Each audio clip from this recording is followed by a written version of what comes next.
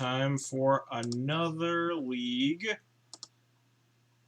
So today we're doing a donation deck list, but changing it up, I guess, in terms of donation deck list. We're still doing Death and Taxes, as it turns out. Lomer Boy here in the chat has donated for me to play some D&T featuring some Lomer Boy special editions, primarily being Phyrexian Metamorph as the latest tech card. I need to update Cardboard Live. Make sure I got the right one going here.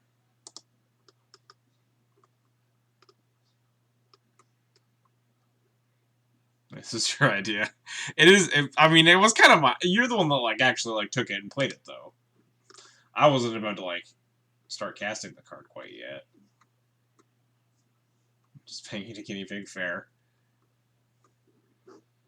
Need to update this Cardboard Live deck list. There we go. Now it should be okay. Anyway. After watching SCG Syracuse this weekend, there are a couple changes that I wanted to make, and as the meta evolves, I want to be trying some tweaks. And one of my biggest concerns right now is how to tackle the blue-white Stoneblade matchup, whether it's Delver or non-Delver. I think the matchups probably play out pretty similarly. And I think any deck playing both Stoneforge Mystic and True Nemesis is going to be a bit of an issue for this deck. One of the random musings I had was, what if we played Phyrexian Metamorph? Because Stoneblade can't actually answer a True Name very well. It answers it about as well as we do, by racing, or by not at all. Don't talk to me about any of these cards in this list, Chylith. I don't like Planeswalkers. Lomer Boy likes the Planeswalker well enough, though. He respects Cataclysm, but I'm really kind of off Planeswalkers right now. They're just not attacking the matchups I want to, but I do like the addition of Sarah Avenger. I think a list that I'm going to be playing probably Wednesday is I'm going to be going a little bit deeper into Sarah Avenger again. It's been a hot minute since we got to play my favorite, one of my favorite cards in Magic. Just specifically the Champs promo Sarah Avenger is maybe my favorite card in Magic. And it's sad whenever I cut her from the list. But anyway, did Cardboard Live update? Do I have bad cards in my deck? Oh, I see a blue mana symbol. That's Phyrexian Metamorph.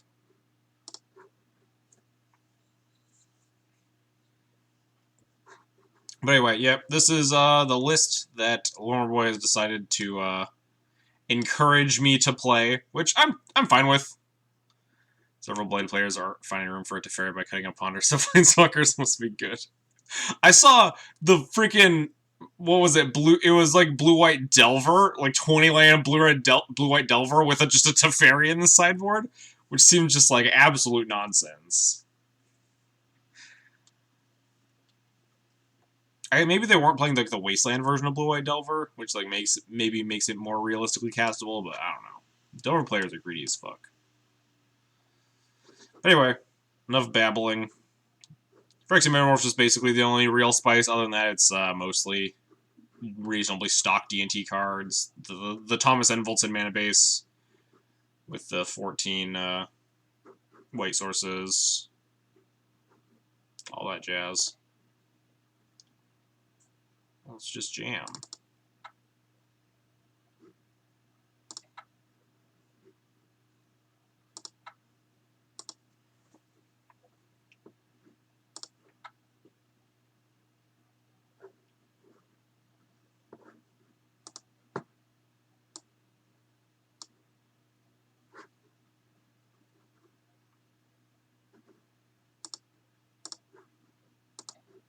Look at this deck list.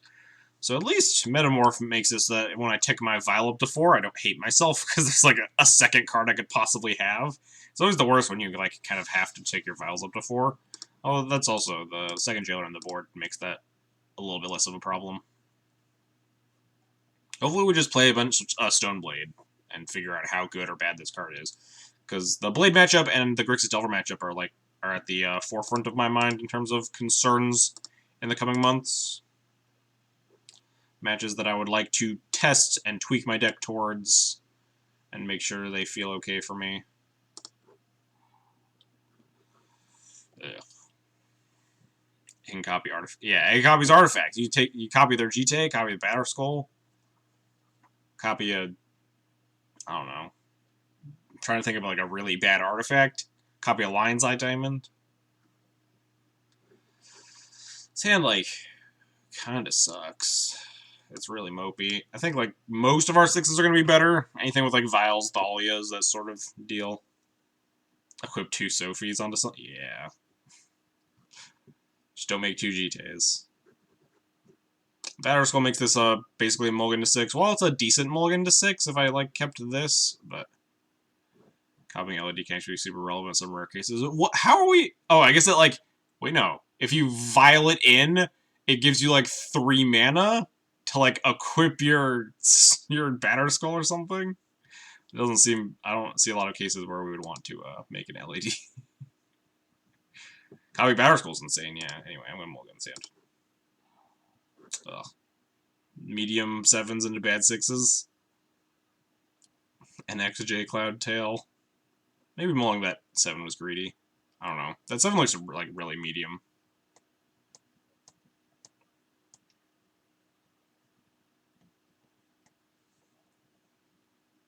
Copy LED to equip a sword or something. Yeah, because like, at what point do you not have enough mana to?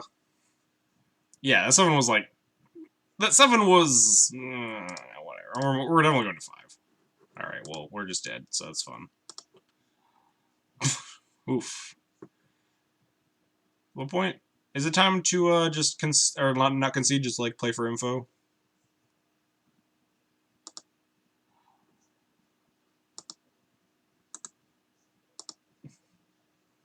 Yeah, I don't think I'm playing a card here. I think I'm just gonna like. We're on a 3-card hand. We're literally never winning. We're going to play until they thought seize me or they present enough things where I don't care what they're on anymore and we can concede and move on.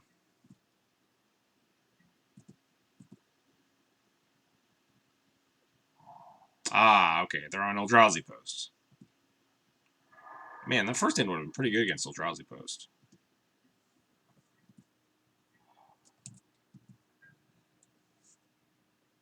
Had like double port in it. Obviously, hindsight 2020, yada yada. I want to make sure they're not like some stupid like mono green. Oh, yep. Snap concede to Sorcerer's Spyglass. So far, I'm unimpressed. Yeah, Lauren Boy, your list horrible. I would have never mulled the 3 in my exact same mana base deck. Alright, so, the Eldrazi Post matchup. What do we want? We want these guys. We want this. We probably want Karn. Probably want Needle. It's like 8 cards. It's a matchup where I could definitely do without Ballista. They don't really have tiny creatures. The Post version is like long since tossed aside Eldrazi Mimic and stuff. We tried saying fuck it and playing clever in person. Yeah, just like 2 caverns on Shapeshifter or whatever. Easy. Yeah. Ballista's out, Mom's out, like Shapethalia's is probably the answer. Prelate. Prelate's like weird against Post.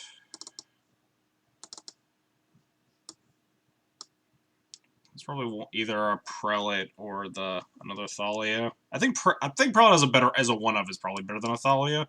Thalia on the play is decent though because they do have some number of non-creatures with their especially with sideboard cards, and they have some assortment of All's Dust, Ugin, whatever floats their boat. Could cut a Wisp. I like Wisp. Wisp is nice. I think I'd much rather like just shave another Thalia. I'm probably leaving this Prelate, although it's aggressively medium.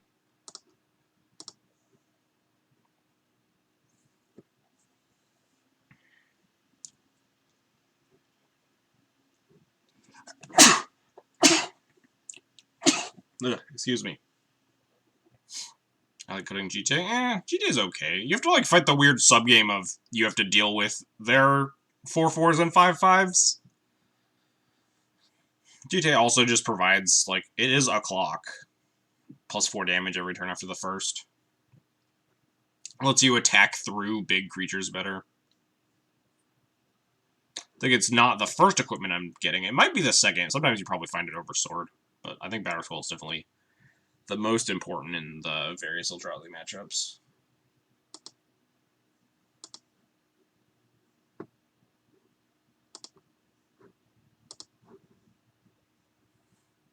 Time to Metamorph an Ulamog.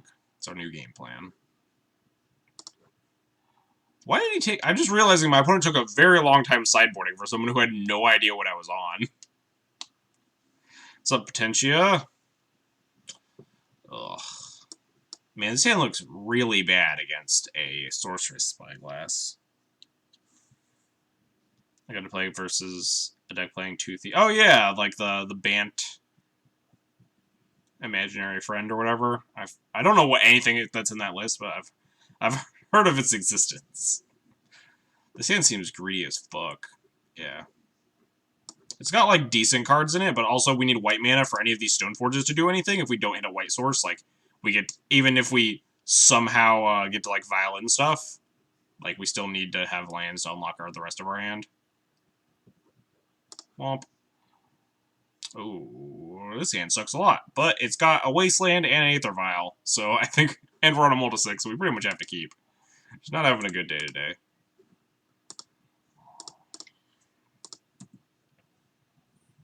Just gonna snap off a Wasteland on almost anything if it taps for 2 mana.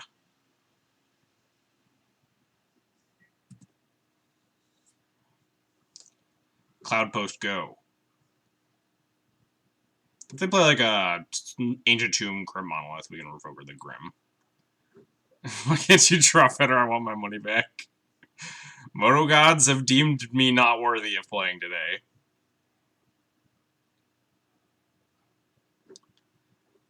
Yeah, I honestly, like, for the life of me, don't know anything that's in that list. I just know the deck exists.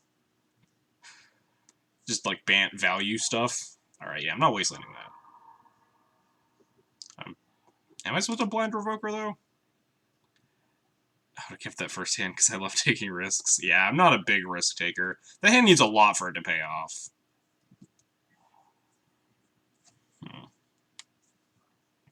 So I don't want to wasteland this Glimmer Post. But I also like don't want to just like run out a Revoker into nothing. Could like a Revoker Walking Ballista or something. Hello, Needle on Faithless. How you doing? Yeah, the issue with blind Revokering is that so we get in like earlier damage, but we have a lot less info to go on. There's like a lot of things to name. I also don't want to wasteland this Glimmer Post, so I think I might just say land go. Most mana my opponent has next turn is 3, so they still can't really do anything scary.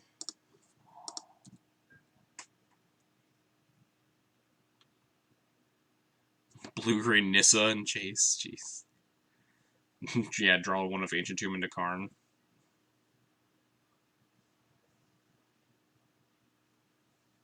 This is game 2. Yeah, we mulled to death game 1 and just conceded for info after we saw what they were on. Man, I don't want to wasteland any of this stuff. But I feel like I should wasteland this eye. Because my opponent just hasn't cast anything. But I hate wastelanding eye, because they just always have the second eye.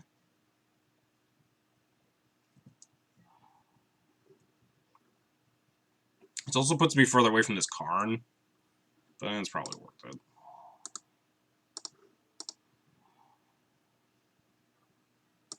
I think I might Violence Revoker. If I do Violence Revoker in the blind, though, then I might as well have just cast it on turn 2.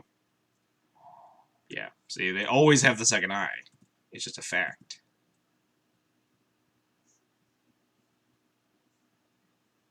I don't want to leave this Vial on 2, because we only have 2 mana. I want to take this Vial up to 3.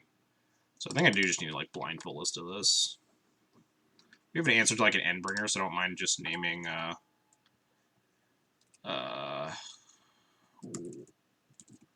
Walking Ballista. I could name, like, Grim Monolith.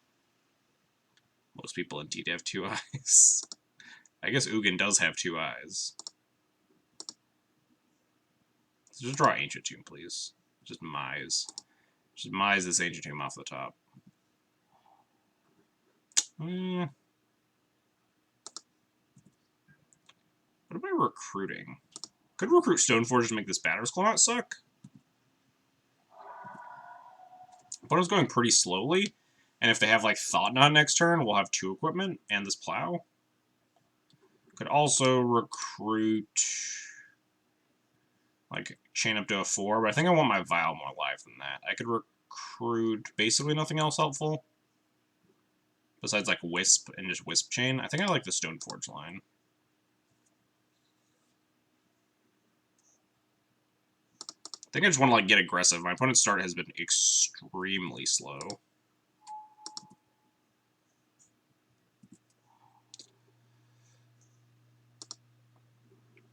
Yeah, Recruiter Jailer just, I guess it like helps me hit land drops, but also just feels bad killing my Vial.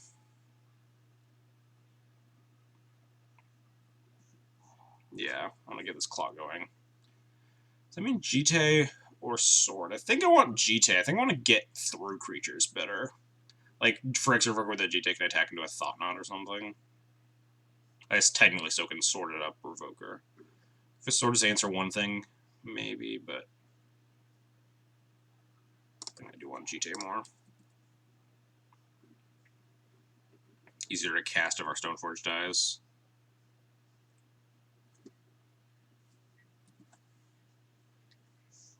They just go like Smasher, that's great for me. Versus Sophie for card advantage. It's possible. Jite is definitely more versatile though. So yeah. They have a lot of options on what to take here. But it's probably either Batterskull or Sword. I don't think they take the Jite. Yeah, I think we're in a spot where we want to be able to like... My opponent's playing like the Eldrazi Stompy game, basically. They're not going all in on the big mana yet. They have, obviously, a lot of spells. If their, like, mana is so clunky, yeah. They just take the Sword. Let's draw another 3, like a Flicker Wisp or something. Alright, pass the turn.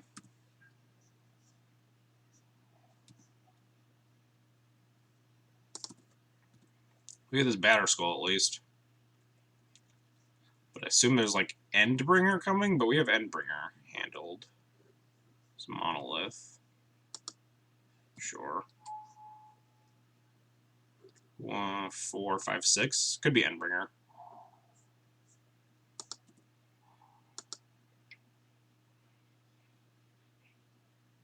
Yeah, we got Revoker for that.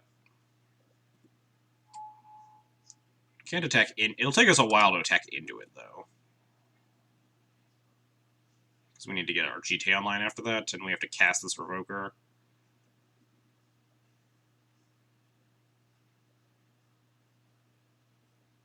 If they attacked, I wonder if I would block with this skull.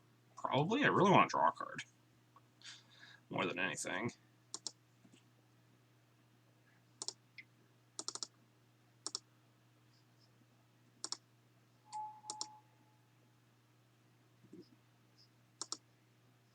Let's try Ancient Tomb. Yeah, please.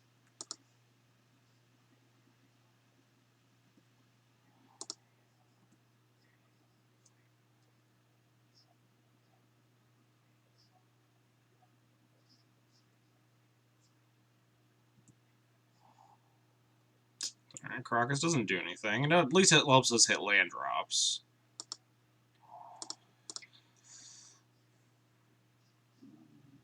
They know my whole hand, so I don't think leaving up a certain thing matters. So if they answer this, we're pretty fucked.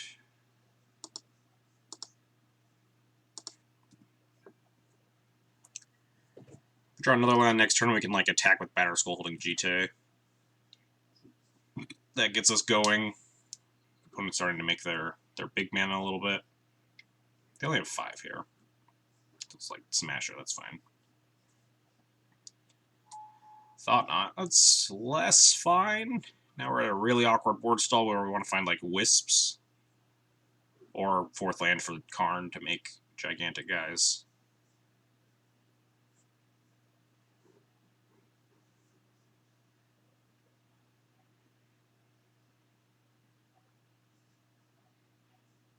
Please attack with Zenbringer.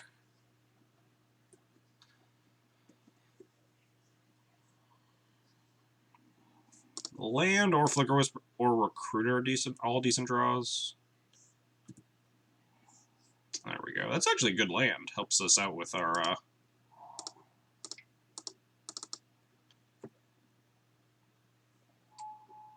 artifact count as well. Make some big tokens.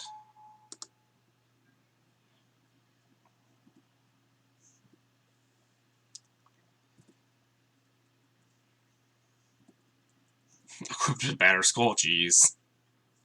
Just jam. Make another Cloud Post. Now they're getting scary amounts of mana. This is what, 6, 7, 8, 9? Cast an Ulamog next turn. They have another mana source. Problem is we can get these guys to like 7/7s, which get double blocked by a Thought-Knot Seer. Like 7's an awkward number. That's fine.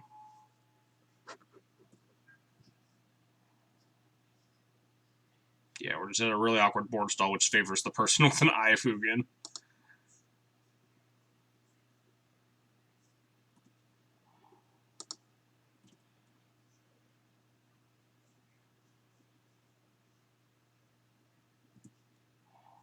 Ooh, Wisp. I like Wisp. Just waste the Eye then. Easy mode. Could flicker a Cloud Post to delay a turn. We may just want to start smashing. I can Wisp my own Recruiter to get another Wisp. Just to try to get a lot of Wisps here. Still have enough mana to make my constructs big. So we're making another construct for sure. Because we just need to get this game done. Wisp Recruiter, Kid Jailer.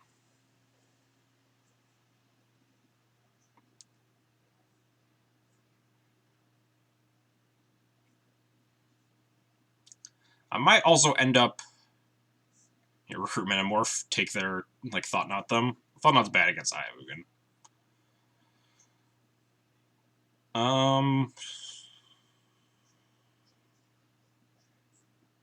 I think the plan is just attack with a construct.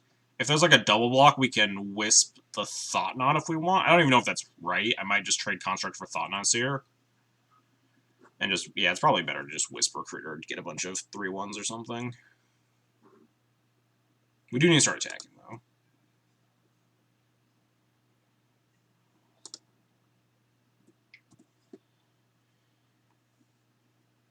I assume this is going to be like double block with Thought-Knots.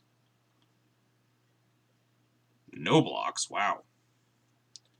Alright, so I can pump this with just animating my Mishra's Factory, right? I can still cast this Flicker Wisp.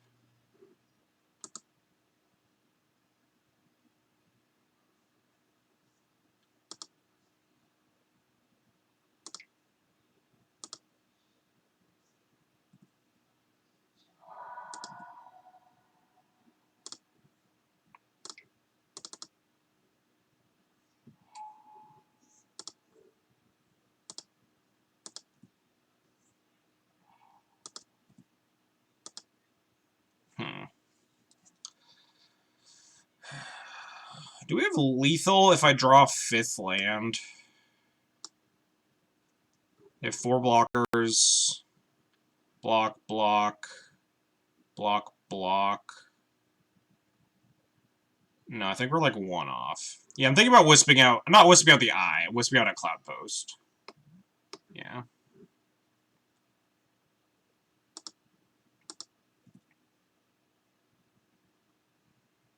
Because the Cloud Post comes in tapped.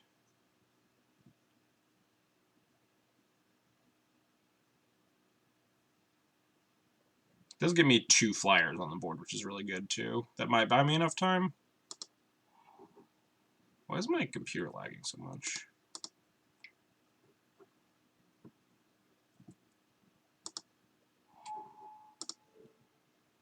Let's wisp out the cloud post here.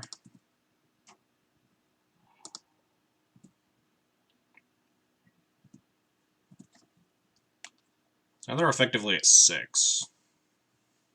Maybe we do have actually have lethal if we draw another land. I guess they cast a spell, so unlikely. I'd have to do some math here. Block, block, block, block, take 6. Oh, whoa. They're just dead. We did it! Cool. Don't think they were dead that turn, but I don't know what the context of their hand is. Karn coming in strong there. For sure. Yeah, we do get to draw another... Oh, that's true. We get to draw another card with Karn. Another card with Karn. I think we're just running it back.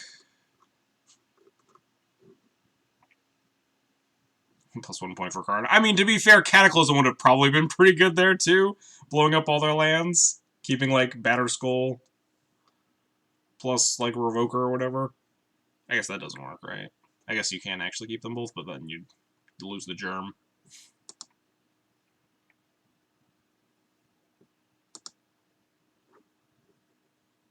I would have played it differently if there was a Cataclysm in my hand instead of a Karn, obviously. But you guys get the idea. Make sure the Metamorph is now really dumb algorithms classify the deck as Esper. Isn't that the upside, Darkview? We just need to play Gutshot and Dryad Militant, and we can be 5-color Death and Taxes.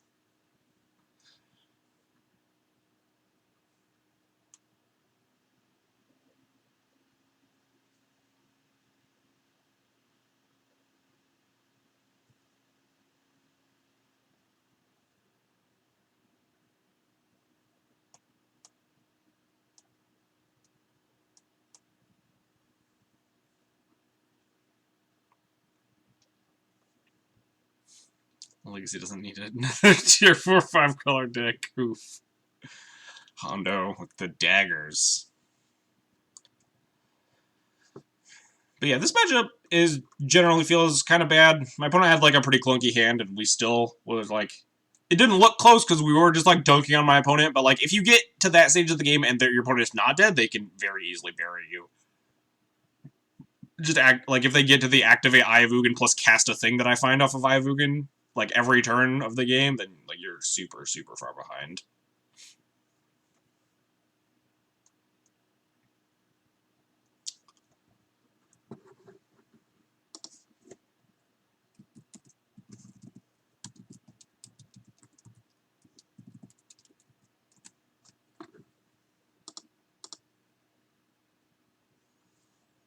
We all lose to that. I mean, yeah, that's the point though, is that we had like a pretty good start there. I guess we had like a kind of clunky mold to 6 actually, but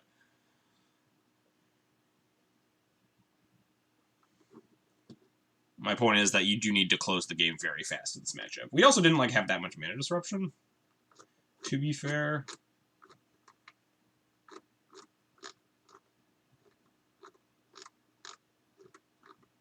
Just trying to see if I can like find a decent Eldrazi post list.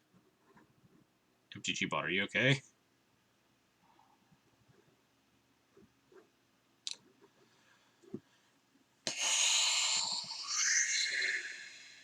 Yeah, I don't know what's up with my Moto either. My Moto is like dying. This is a hand that has a Wasteland and a Rashadan port. God, if this Mishra's Factory was a Plains, I would keep this hand.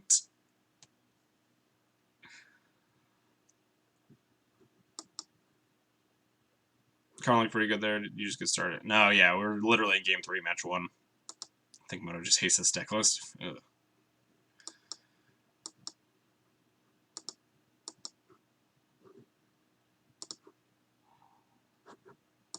Alright, I think I might be priced into keeping this absolutely atrocious 6 on the draw with, like, land file.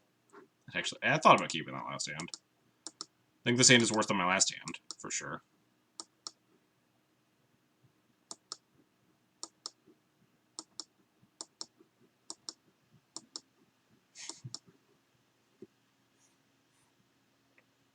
I don't know if this is a good hand. I just want functional. Yeah. We're gonna keep this. We're gonna bottom that Source of Plowshares. I'm gonna hope that Wasteland gimps them a little bit, and that they don't just cast a Sorcerous Spyglass and murder us. I was trying to find a Eldrazi Post list, but I guess that probably doesn't matter now. This hand seems objectively worse. It is. We got to scry with that one at least. I would have rather kept my 7 than this 6 if I knew I was going to hit this 6. Oof.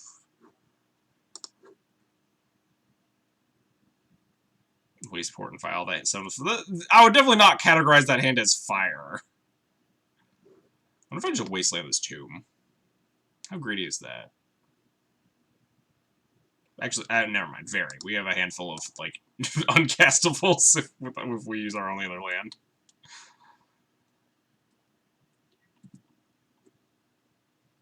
My opponent plays a Glimmer Post, I'll consider hitting the Tomb, and we draw, like, another land. Yeah, I was definitely not happy with that 7, that's for sure. I think I would have kept it in a heartbeat if that Mishra's Factor was just a Plains. But the triple colorless source already punishing us. Yeah, I don't know if I love wasting there, not knowing where my next mana source is going to lie. Yeah.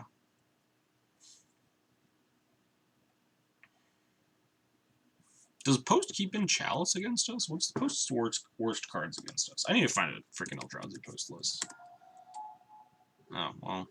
I guess that doesn't... they're just gonna name Wasteland.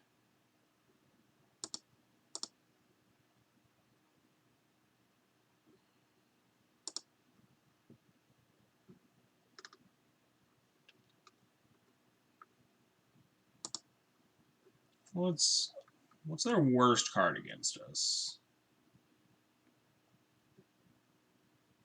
I feel like it's Chalice of the Void, right? Although they don't bring in a lot. They bring in, like, maybe Bridges, maybe Ratchet Bombs.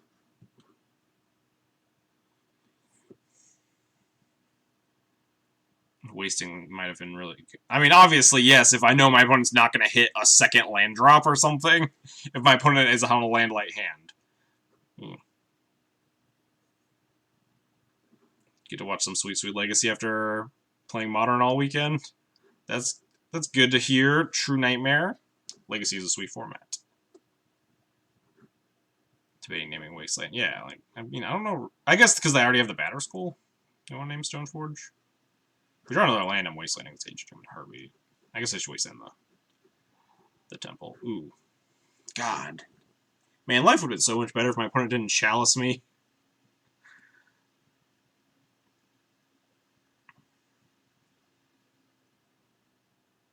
My opponent did not have a Thought-Knot Seer, notably. There's like, because there's absolutely no way, obviously, that you cast you cast a Spyglass instead of a Thought-Knot there.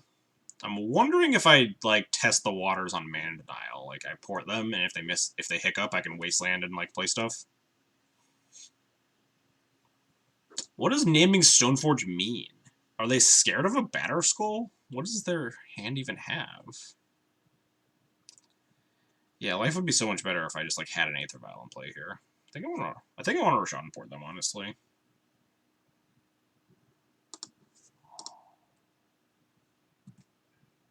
I suggest you not Chalice check him. I thought about it on turn 1.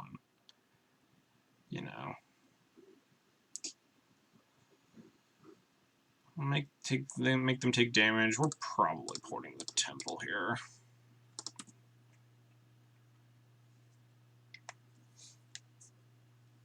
Could come back to bite me if they have, like, Grim Monolith. But yeah, now they have to take 4 for whatever they want to play. Ooh, alright. Well, got bit.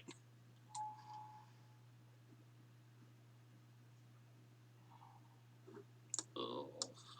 They're also not missing land drops. None of this is good for me. I feel like we can't even, like, run our Thalia because it turns off our Council's Judgment. We have to play, like, a Squire. Yeah, this does not look great for us.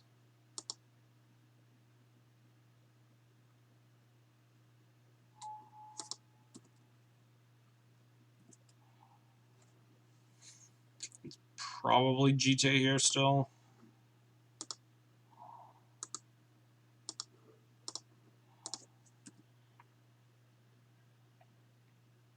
is probably just going to make 2 tokens and beat me to death.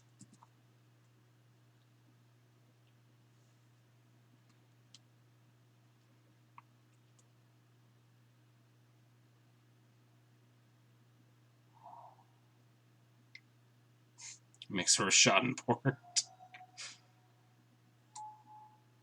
Oh man, making all the wrong decisions today.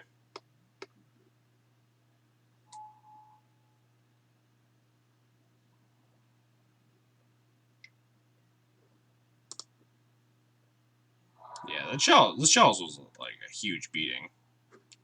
Alright, alright. We're dead. We're dead here.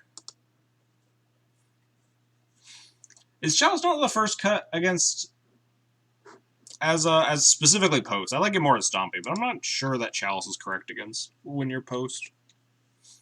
You just like don't care that much about creature. You don't care as much about creatures, and like it might be your worst card in the main deck versus Death and Taxes. Just looking at like a random list here, which seems to be close to my opponent's, considering it has the one of Coercive Portal. Like you board in 2 Ratchet Bombs, board in Ensnaring Bridges, cut all the Chalices or something. Maybe they didn't want Ensnaring Bridge and they only boarded in 2 Ratchet Bombs and like shaved 2 Chalices and they just drew one. It's a possibility. But yeah, let's have like a keepable 7-card hand. That would be nice. Oh man, also, I just realized, can you imagine keeping that 7 and my opponent Chalice on ones me? It's like Plow, Aether Vial, 3 colorless lands. Ugh, that would have been bad. I guess I would have definitely like snap it off the Wasteland turn 1 in that case, because I had like 2 other lands.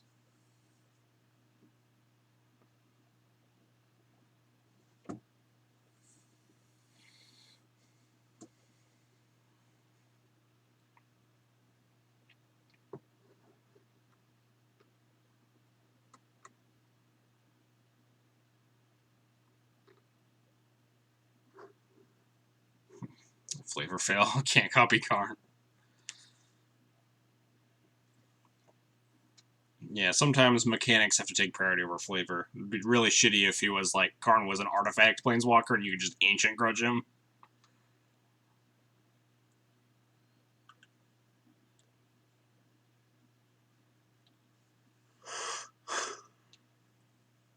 Turn him off with Stony Silence.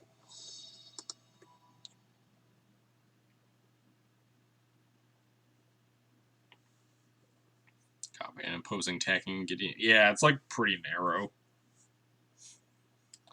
Stryfo, oh god.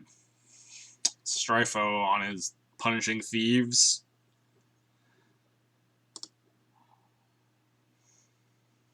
What is my life today?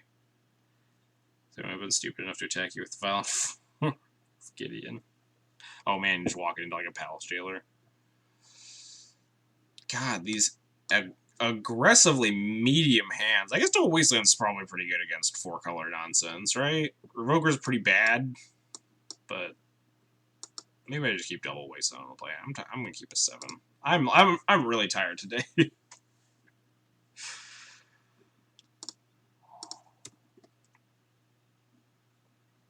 I just want to keep a 7-card hand, please. Inquisition, sure. Basic Swamp, how rude. Doesn't even want to let me Wasteland him. Could be on literal anything. I always assume that Stryfo's on that Punishing Thieves deck. Oh, nice. That's a much better card to cast than this Phyrexian Revoker. Did not want to blind name a card into Swamp Inquisition a Kozilek.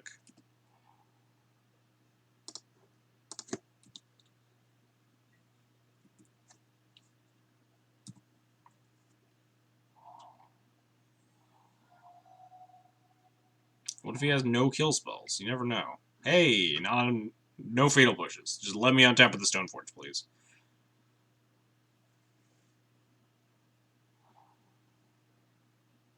Alright, I dig it. I would love to use one of these Wastelands at some point, but like, I'll take untapping with Stoneforge. Obviously not great against the Kolaghan's Command deck, but I almost want to play this Thalia instead of getting this Batterskull Skull into play, but it's probably wrong.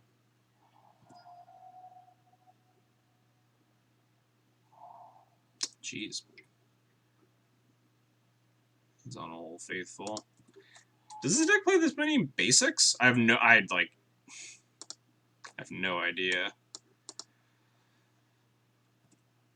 I just put in the sword, right? I just get to connect with the sword, draw a card, kill the Snapcaster Mage.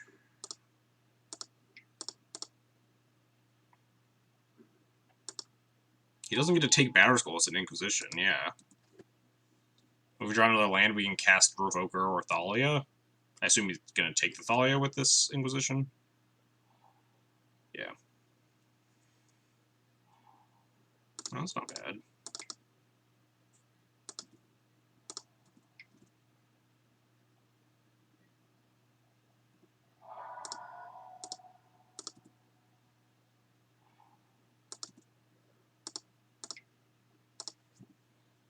So, okay, it's Inferior to Thoughtseas. Wow, Forced Mom. I'm gonna, like, edict my Stoneforge, is that why?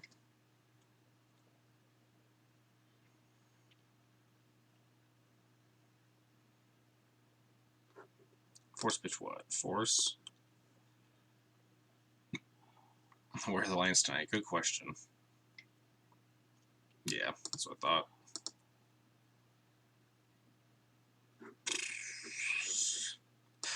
All my uncastables. All of my opponents also missing land drops, notably. They're Brainstorm locked, right? I guess I should just name Jace anyway, but... Why do planes hate me tonight? It's because I registered a Mishra's Factory in my deck, so my deck's just decided to punish me as much as possible for having double white spells in my deck. Problem 1 seems fine. Yeah, if I could cast it, that would be great. Yeah, I'm gonna name Jace. Not sure that his 4-color deck plays. That seems aggressive. Is his last card Jace? Or does he just really want to keep a thing off the board? Oh no, his last card is Jace. That tracks. Oh, he didn't play the land last turn because he wanted to protect it to play his Jace. Oh, that's clever. I like that.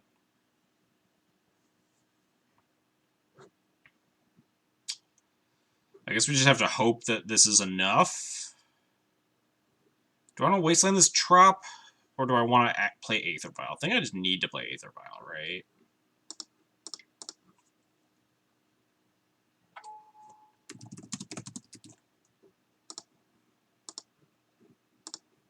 Yeah. Yeah, this looks like he's going to answer my Revoker in short order. Okay, he's on his 4-color nonsense. He plays this many basics? Really? Huh. Now we're probably dead.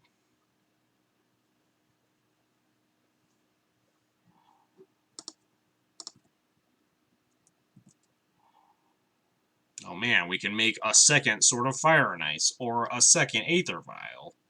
Maybe if he like plays a True Name, we can do something with this Metamorph. Fetch before Brainstorm. He had Brainstorm last turn, so we knew 1 card on top of his deck.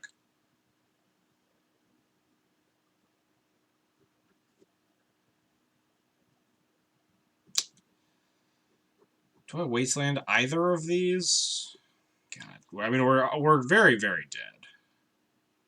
I guess we want to wasteland. We want to take him off of like decays / K commands. So maybe I just need to wasteland both of these before we go anywhere.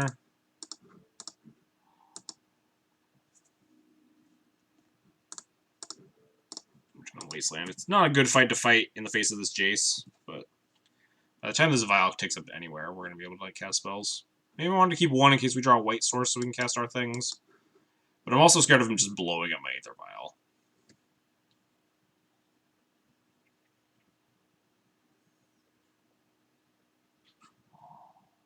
Uh-oh. No bueno.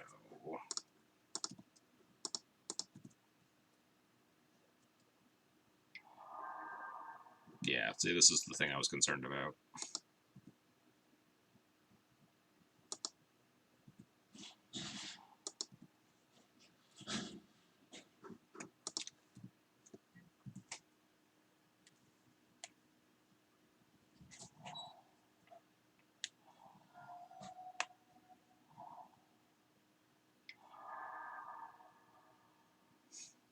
Sure.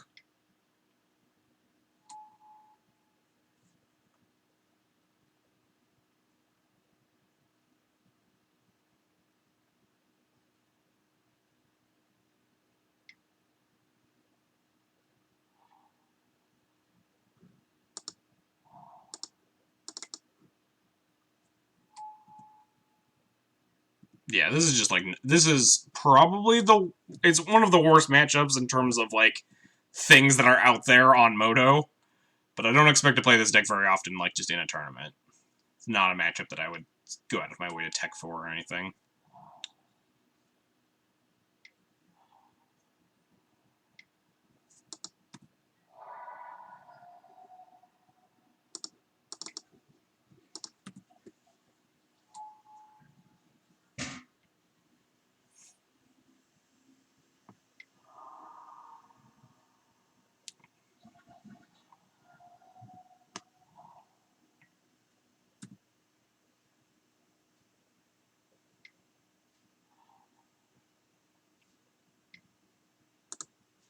I should have conceded in response to that. Now he knows about my Phyrexian Metamorph. No. Oh well. We're done here. We were dead like 2 turns ago. Maybe 3 turns ago. I've literally never played it since. Yeah, it doesn't really exist anywhere, is the thing, unless you're on Moto and run into exactly Strifo.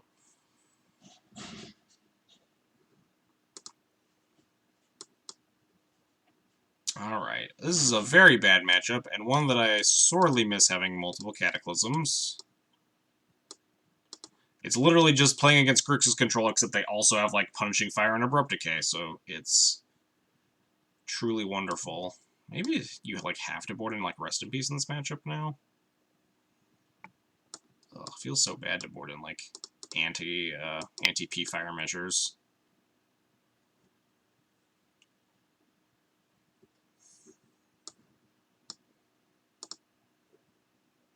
What sucks is the step 1. Plows suck.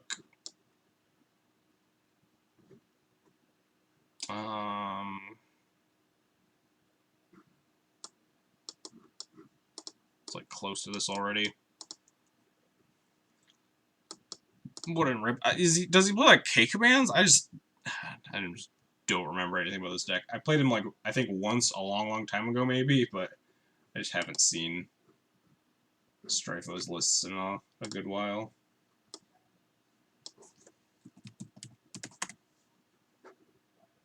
Let me see this.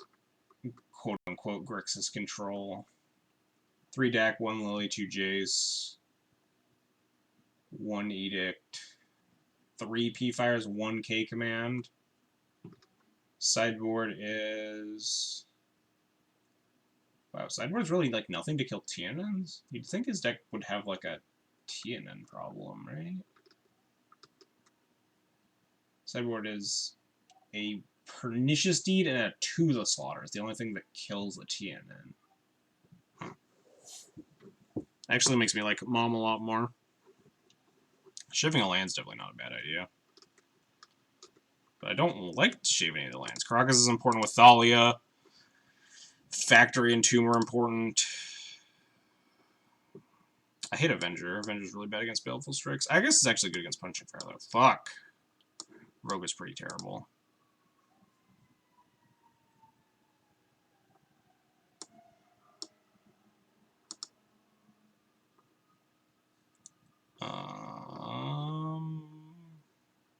We probably need to cut a land in this matchup. Karakas is good with Thalia, but it's like we also do not want to flood in this matchup at all. I say as we got like horribly mana screwed out of game 1. This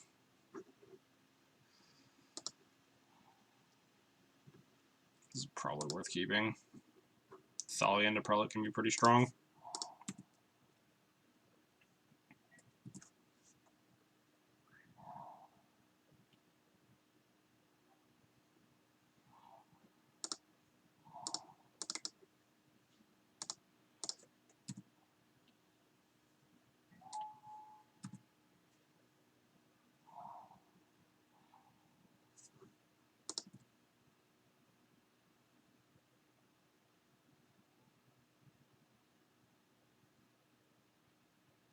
wonder if I just want to put this prelate on like 2. Is he a fatal push deck? There's no way, right? Yeah, like 1 fatal push. Yeah, prelate on 2 is actually like reasonably powerful against a lot of what he has going on.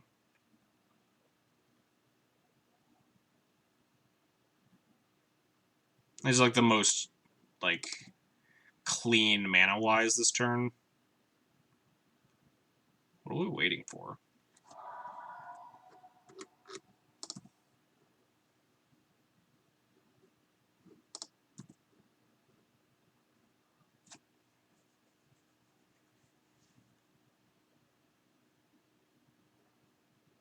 Don't really want to just like Stoneforge into just removal spells. Could grab like Sophie.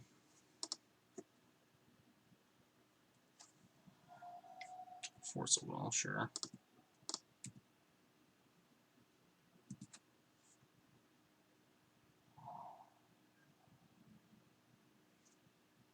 Probably just want to Wasteland this Grove, play Stoneforge.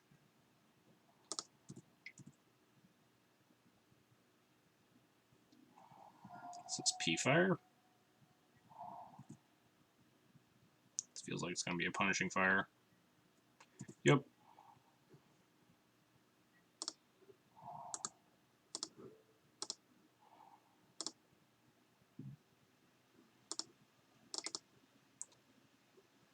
I'm going to Stoneforge for Sword here.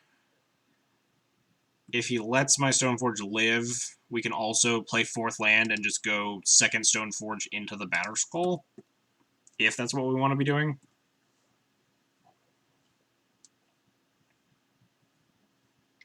We have a couple options here. If there's Strix, we might actually just, like, Ballista on 2, ping it away.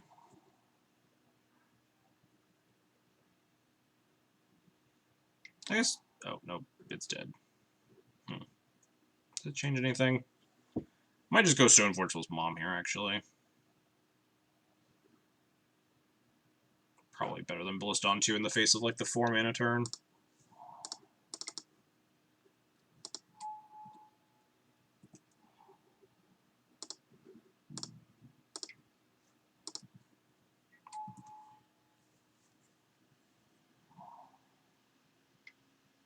Just, like, Jace me. Yup.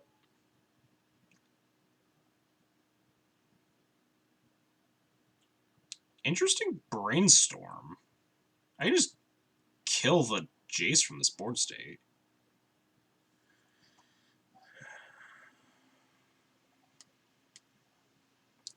What are the odds he has 2nd Force of Will here? Because we could leave Mom up if we wanted.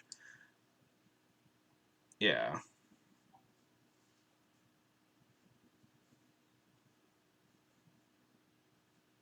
I could cast the sword, hope he doesn't have Force. Or I could put the shields down and just attack with the Mom holding a sword and kill it.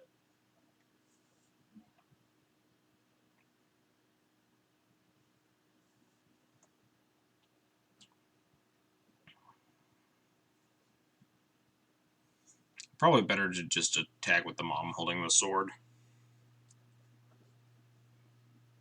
Also just kind of protects the Mom from a lot of the removal going on, unless he kills the sword too. Which, obviously, doesn't really matter, like, because I can't use the Mom to protect the sword anyway. Yeah. I think I just want to...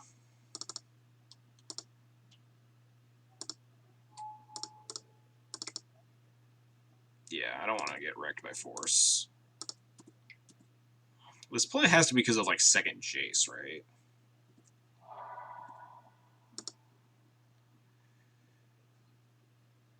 I guess we play the Tomb. No real reason not to. It's not like a Wasteland deck or anything. Ah, it was Dak, because he wants to take my sword and then equip it to his Baleful Strix, and then just get me with it. It was bait.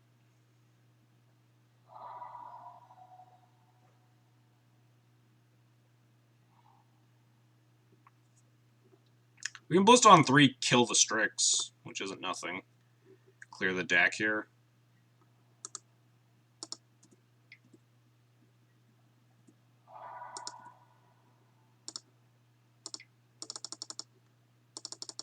draw a Flicker Wisp. Life's great, but...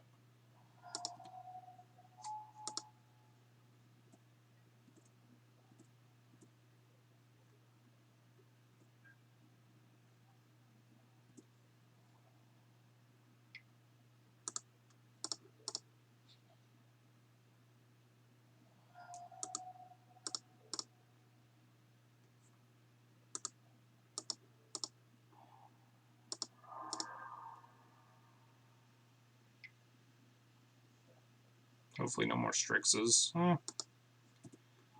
Problematic. Yes, this matchup is always indeed a nightmare. He already has, like, Grove Punishing Power going. We're pretty dead. Yeah, this is a stack of Magic cards that I'm probably just, like, never beating. Force, P-Fire, 2 Groves, Push, Jace, Dak, Strix. This is just a stack of cards that, like, you're only beating with Cataclysm. Speaking of which, can we please draw Cataclysm? That would be wonderful. Discards Assassin's Trophy.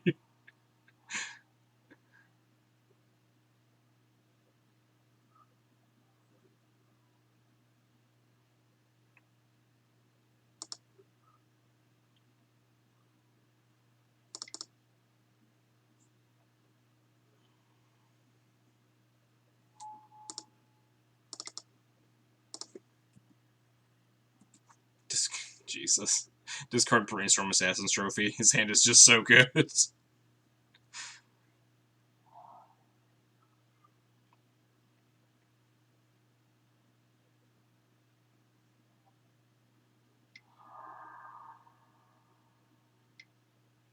Ah, Deed. Yep. Continuing the stack of Magic cards that I'm never ever beating. We're now getting deeded. Sure. 1, 2, 3, 4, 5, 6. We only have 7, so we can't actually, like, pick up our Battle School in response to him trying to take it, either. I guess we could just type Y in the chat.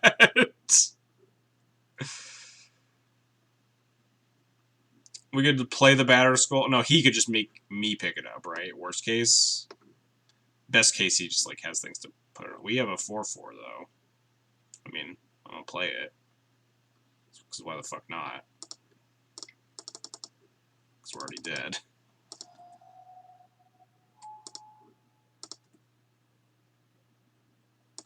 I'm never donating again. Once it's his to pick up. I mean, no, he can't, like, because it returns to its owner's hand. If he picked it up, it would go to my hand.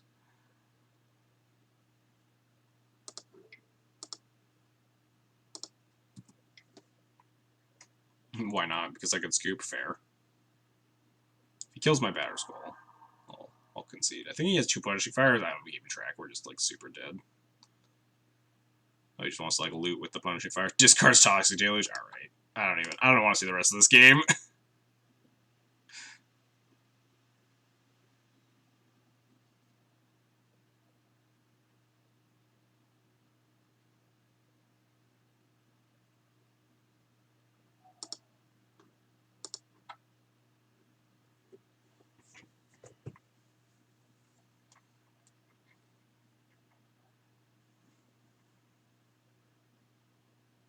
Your opponent discard. Yeah, my opponent discarded Brainstorm, Assassin's Trophy, and Toxic Deluge to Dak Faden of Ticks. It's like, alright, we're colossally dead.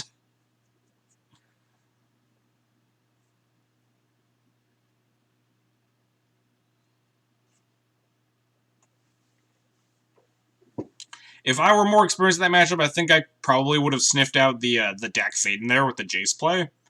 And, like, probably went for, Ballista for 3 instead. Ping the Strix, ping the Jace once, attack the Jace with both creatures. Clear it. I still have a 2-2 Ballista. No, I still have a 1-1 Ballista, a Mom, and a Stoneforge. But, like, beating 2 Dax. With an equipment-heavy hand, too. Just put Legacy in the title of your stream. Oh, is Legacy not in my title? It almost always is, but... Oh, whoops. I'll edit that, but yeah. It's almost the start of my stream title is almost always like Legacy, D&T, yada yada yada. Thanks a heads up. This hand is probably the most keepable 7 I've had all day.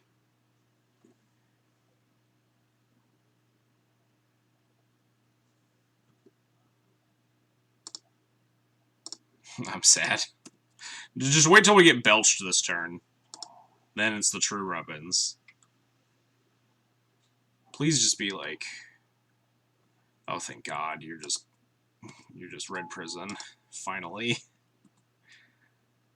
I mean, we may just get murdered by Rabble Master here, but we have land drops, so... Thank the Lord.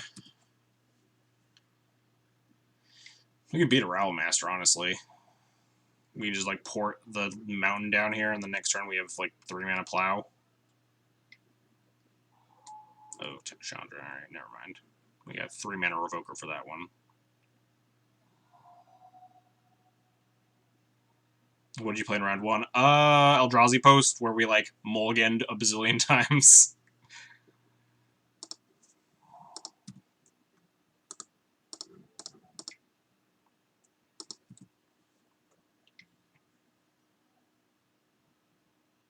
At least we get to hopefully shut down this Planeswalker. Hopefully they don't... Yes, they don't have more lands. It's great for me. We just get to play 3 mana Revoker.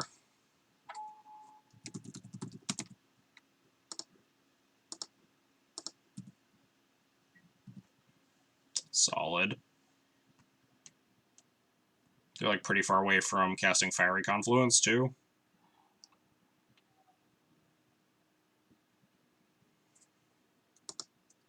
Probably need to clear this Chandra anyway, though, just in case.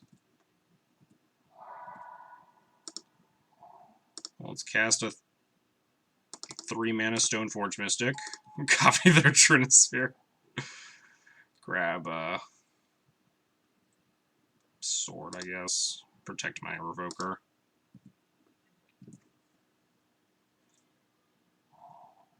They had a second land. Pitch Spirit Guide, cast Rabble Master. Nope.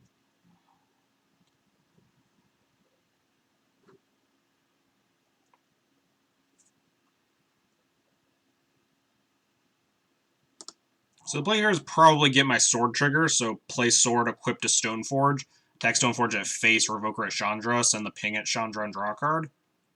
Copy Revoker, turn off Simian Spirit Guide. I don't think it really matters. I think my opponent's, like, pretty dead already. At Chandra, at face.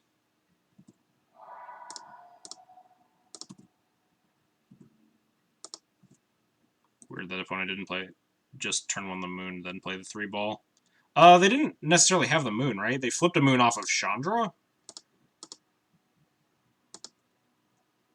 Copy sword, hit with second sword. I might just do that for a sweetness factor.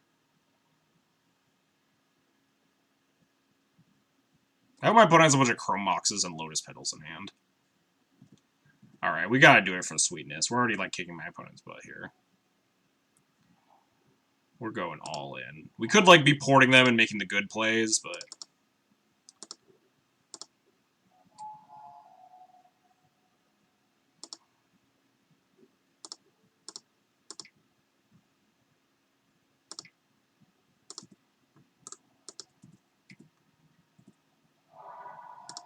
Yes. Let's go.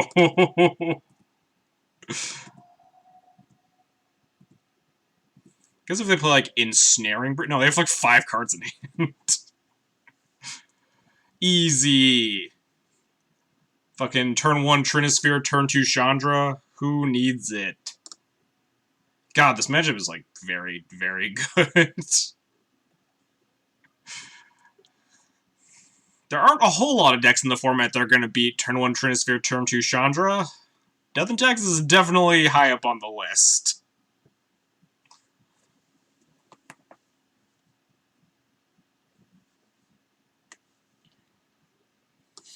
Anyway. seeing that. Yeah, seeing that made me feel better about having Strifo kick my ass up and down the court, and then also mulliganing a bunch against Eldrazi. That really made me feel better. I was feeling a little bit down after those first two matches. Getting to just pummel a Red Prison player's face in really is uplifting. Alright, what am I cutting? Yeah, lands are kind of important. Krog is, like, not very important, though. There aren't nearly as many, like, flex things in these lists. Do I want Avenger against Red Prison?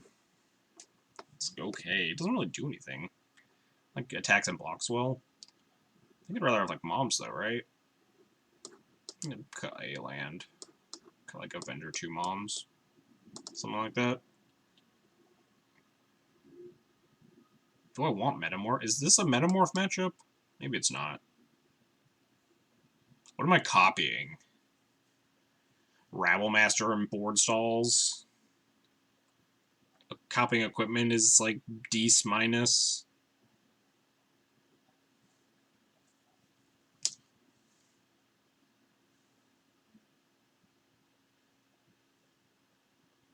You like Jailer way more than me. Jailer's really good in this matchup.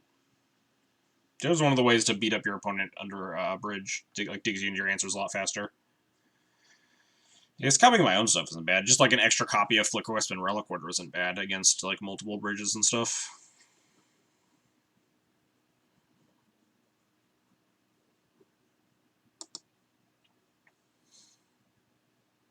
GT is medium. I like the GT plus Stoneforge synergy to get under bridges. That's pretty important in this matchup. I think I'll just like that. Honestly, you could probably like shuffle in your 75 and cut 15 cards and be decently favored in this matchup.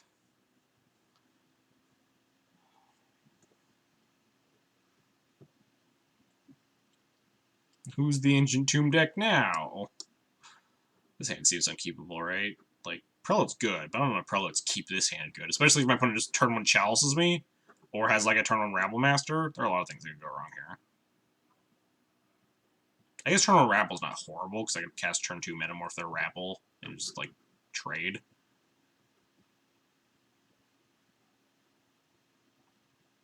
Gotta bring in Chalice on the play for full vintage. Turn off their Chrome Moxes and Petals. Get them.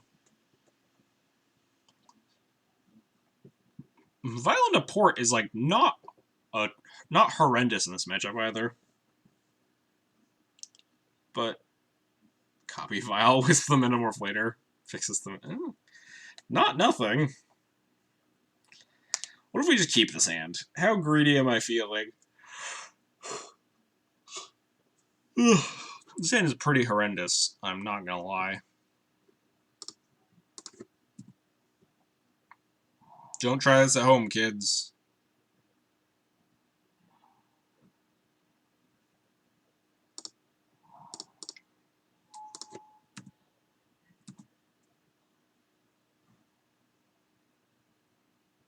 Unfortunately, my Rebel Master would be a lot worse than my opponent's, because my token has to attack into a 2-2.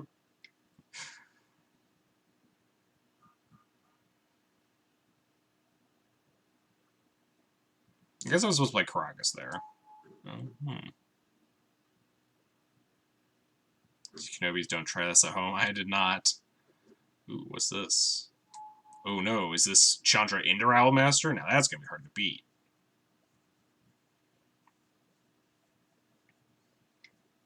Oh, Chandra to Blood Moon, that's fine. None of my lands are doing anything anyway. We just have to beat a Chandra. Can we erase this? Val takes up to 1, Chandra to 6, 2, Chandra to 7, Val takes up to 3. Alright, we can erase the Chandra at least.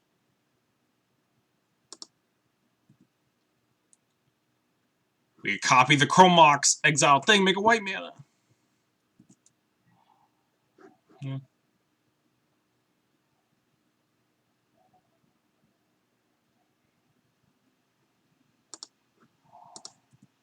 The real question is, why does my opponent have 2 Blood Moons in against me?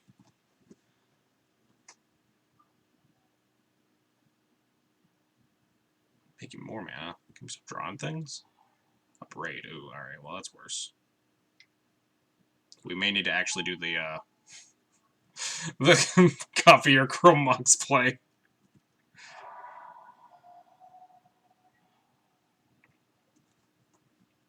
Alright, so if we go land, metamorph, the Chrome Mox, pitching Sanctum Prelate, we can Swords the Rabble Master, and then draw a white source and Flicker Wisp reset the Chandra, I think is the line.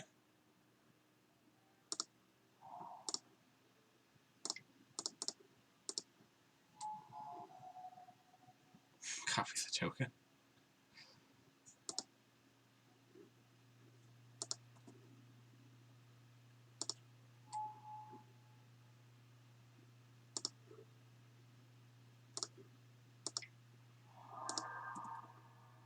I really want to draw a white source just so we have, like, the maximum sweetness. Flicker the meta. Oh, man. Flicker the Metamorph to make another Wisp, and then Wisp... Wait, is that... Yeah, and then it copies the Wisp and exiles the Chandra for a full turn cycle. Please, white source. I swear to God, if you're factory. Damn, we lose.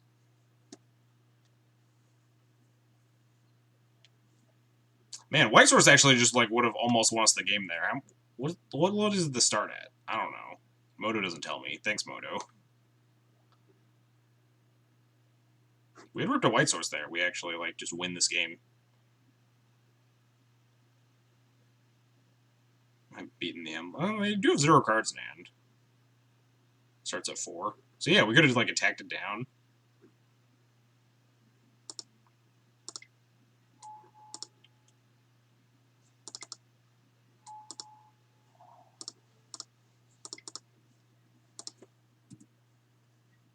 Why is Moto so bad? Serious question. People don't like Moto because it's like the interface is really ugly. Which, it's very good at emulating Paper Magic, but Paper Magic is not a very enjoyable thing to watch. Maybe my opponent downticks. Dang, I saw the line. I guess if they have a spell, it's the same as downticking. If they just cast a spell and kill the mom.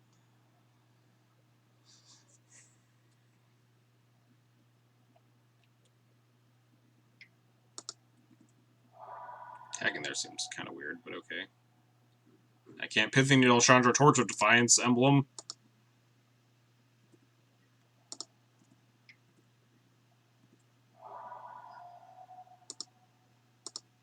Arena is very bad at emulating Paper Magic. Yeah, Arena is very good at making Magic enjoyable to watch, but is also not great at emulating Paper Magic. Pithy Needle right on time. For sure. I guess we name Chandra Torch of Defiance anyway, right? That attack seemed really weird with that goblin. It doesn't have to attack.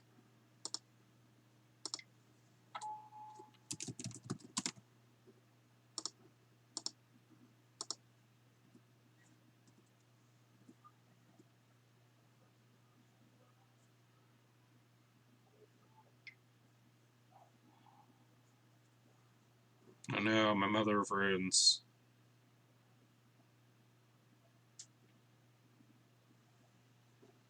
Did they go at my face here? Maybe. No, they're going at my mom. We tried our best.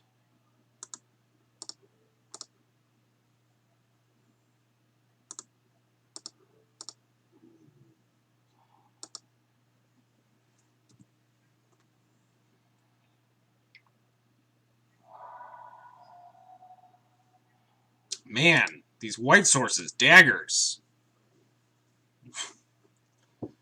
You're in it with, like, yeah, we were still, like, not, I wouldn't say in it. I don't think in it is the word I would have used, but we could have, like, wisped our Chrome Mox and made another wisp and killed the goblin, have 2 guys. They can kill one with a Chandra emblem. If they draw a Confluence, we'd literally die, but that was fun. That was a fun game, even if we didn't win. If we had drawn that white source, that would have been so amazing. The Chrome Mox play would have been amazing. But yeah, I'm fine with losing that game. We kept, like, a pretty greedy hand, too. But also, what was that? What? Like, I know they had, like, a pretty slow hand. They just happened to, like, Blood Moon us. Are you actually dead there?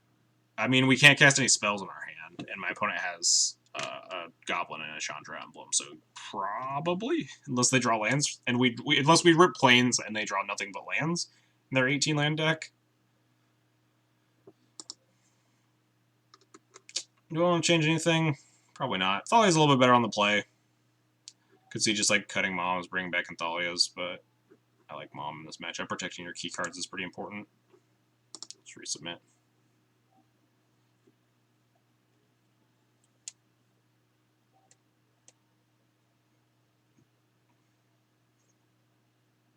But yeah, today is the day of just putting in Mishra's Factory and immediately getting punished by never finding white sources ever.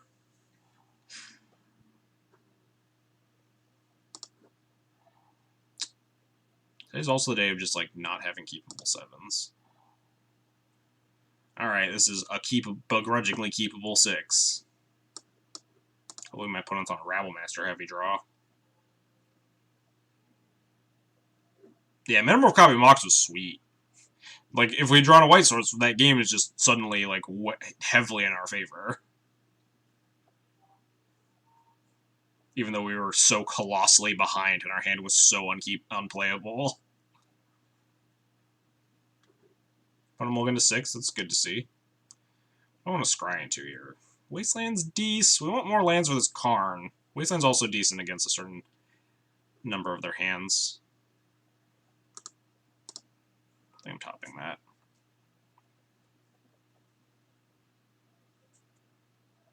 Can't get over all the people acting like Sarah will be good because unremovable worship. Yeah.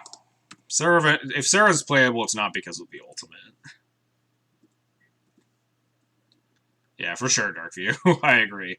It was not a... I think in a tournament, I'm mulliganing that hand. Please, Rabble Master, go. Rabble me. Don't Chalice, yes, Rabble. Blood Moon, that's boring.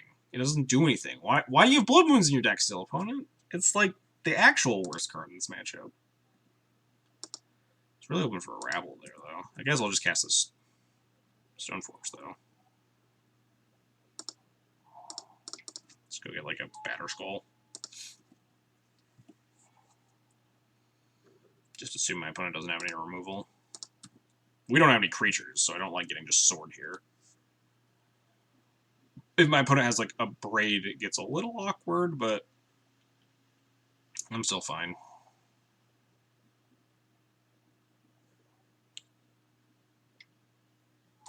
Spyglass name Stoneforge. Deece. More land away from a Karn. Karn seems like gas in this. Red Prison has a lot of harder time answering Planeswalkers since the targeting rules change. Yup. Name Stoneforge Mystic. Alright. Go get him, Squire. Go get him, Squire number 2. Now we'll get the Sword of Fire and Ice.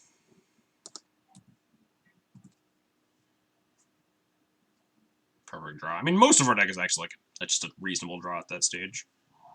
It's things that cost white, less so. Yeah, sure. Snap off this block.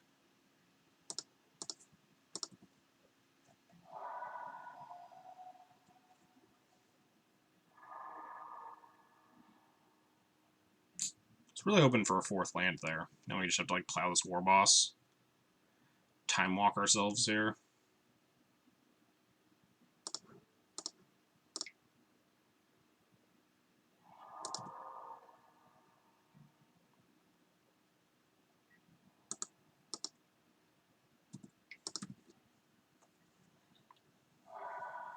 It's also just like a not drawing white mana stream. Chandra time? Rabble, sure. Consider not attacking with 1 Stoneforge off because of another Rabble, but... Land, please? Well, I'll take it.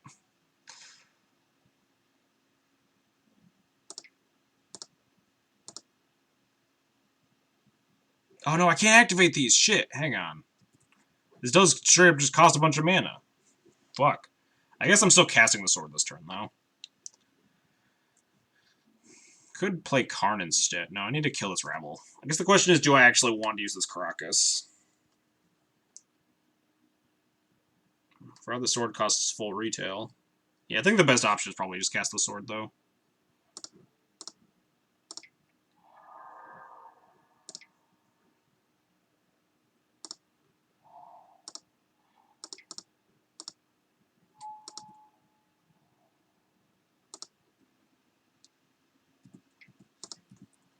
So for one more turn and not lose it to Confluence. I'm not super concerned about a Confluence. Our hand's like pretty strong.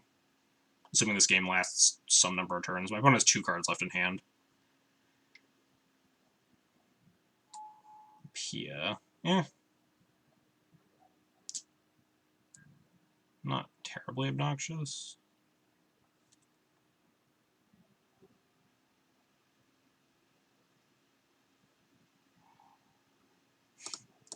If we stop drawing every card in our deck that we can't do anything here.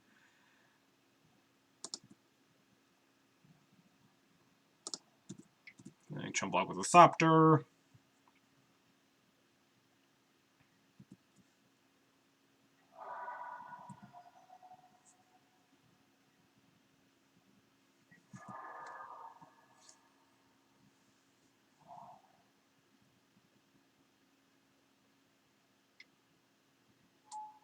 Sure, that's totally fine by me.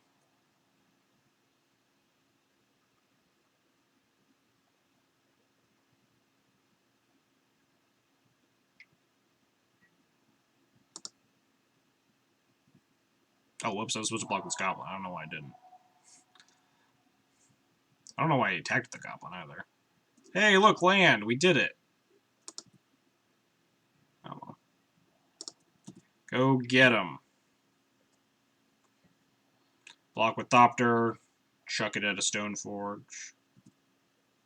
Wait, no, has this got 3 mana?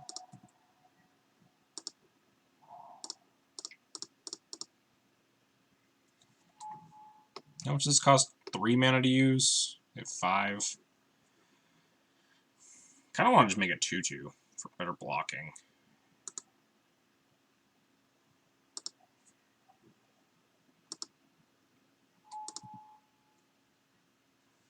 Dear deck, please draw a card with basic in the type line.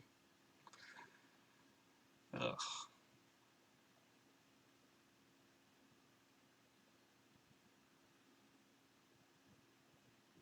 What'd they side out if they, like, kept in Blood Moon?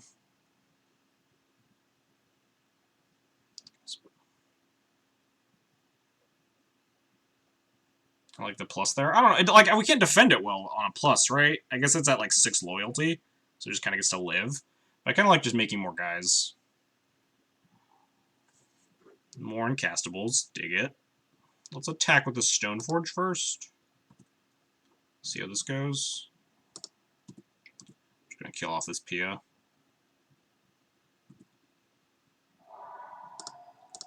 Draw a card. Hey, look. I can cast my Batter Skull now. That's plus.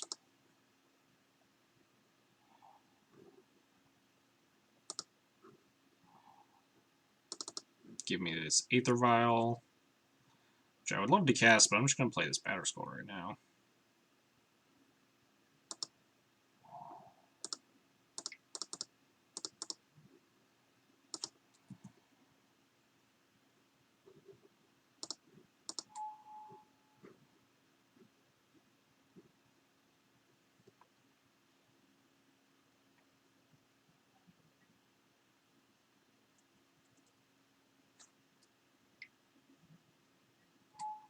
Sulfur Elemental deal. Nice Sulfur Elemental, opponent. I'm very impressed.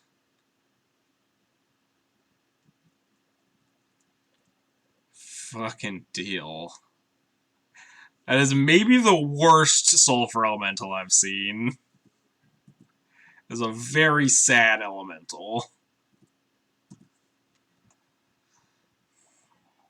One day we'll find a second white mana. I don't know when, but Yeah, Sulfur Elemental in Red Prison has never been particularly impressive. Oh, we found white mana. We did it. Next turn. Oh no, my opponent gave it to me. Even better. The world is our oyster. What do I even do? I have so many options. I guess we kill the Sulfur Elemental.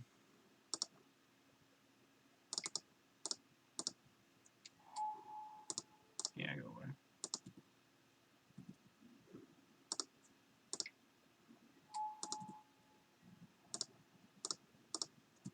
The world is my oyster. Everything is dead. Sulfur Elemental's awful. I guess we kill it. Like, I didn't know what else to kill. Give me a break. It was the best card on their board, maybe. I probably could have killed Simian Spirit Guide and gotten away with it.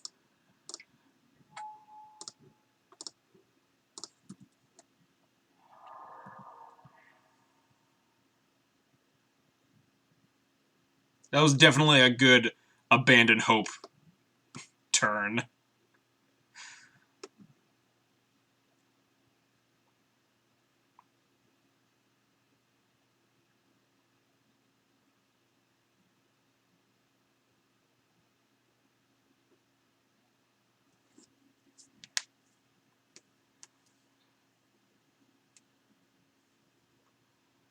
Needle being 1 mana was important there. True, we couldn't get in that Aether Vial and the BM.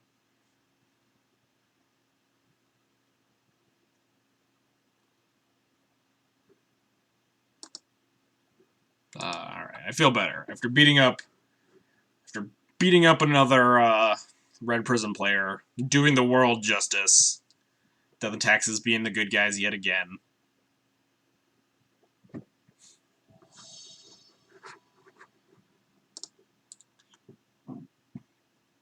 Yeah, the only spots we've drawn Karn, though, my issue is that, like, it also would have been very good as a Cataclysm in a lot of spots. Like, have you ever cast a Cataclysm against Red Prison? They just, like, never, ever beat it.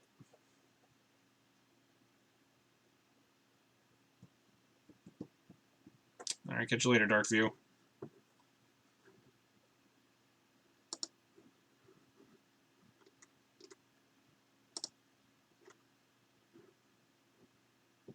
Was Catacastable there? I guess that's true. Cataclysm was not castable there. But I think also in the real world, you're not playing against Blood Moon post board. Thanks for the bits, Darkview. We will keep fighting the good fight. Being the good guys. If anything, this league has just taught me that I should never ever play a Mishra's Factory in this deck. Because regardless of the fact that the Mishra's Factory specifically has only mana screwed me once, we've been mana screwed, I think, every single match at some point. Finally, a keepable hand. File Thalia. Alright, I'm in. It's not Factory's. It was Factory's fault once, to be fair. Although we were super dead that game anyway, because my opponent was going to chalice me on my Plow Aether Vial hand. But then we had, like, Port and Wasteland.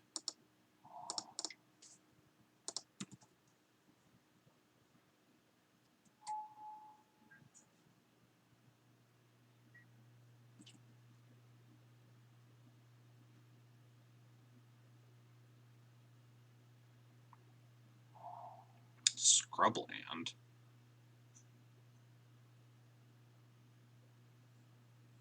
What Scrubland deck are we playing against?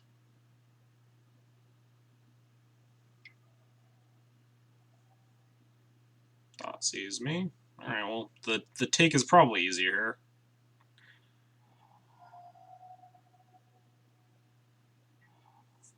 What's the Scrubland Thoughtseas deck, though, is the real question. Let's draw, like, Wasteland or Port. Prelate is not bad. I probably would have preferred a 2. 2 reasons D&T is the bad guy's legacy. I think Red Prison versus Death and Taxes. Death and Taxes is definitely the good guy. Alright, I don't know what this is, but we're just slamming Prelate on 1, right?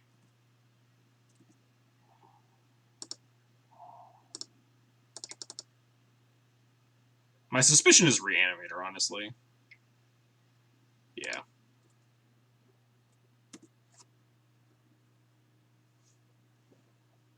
I think I still have to put this on 1. Even though more of their things are on 2, they don't have a second mana source yet.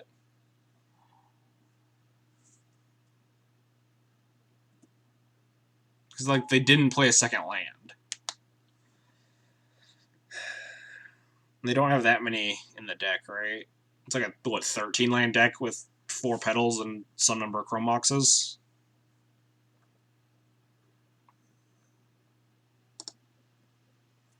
Two turns them off of more of their outs, but I think they kept this on a Thoughtseize and Tomb Reanimate plan. Putting on 1 and then probably getting colossally punished. If we draw like Wasteland Port or Thalia putting on, and they miss here, then putting on 1 is great. They don't know every card in my hand, so we can bluff something on this vial.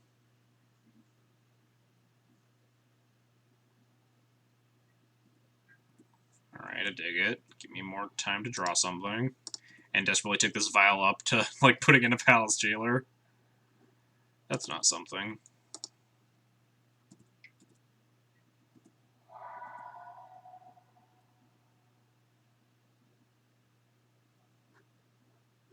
Is it Sword or Mystic? It's probably Mystic.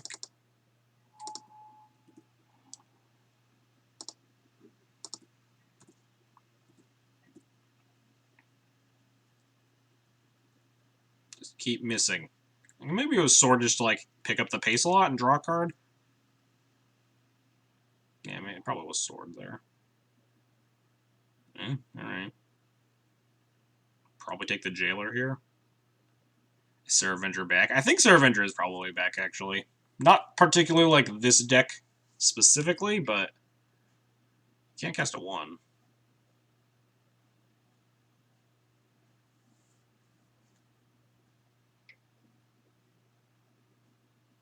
Hold up. This... They can cast a 1. Did not think this was Tin Fins, right? Or it could...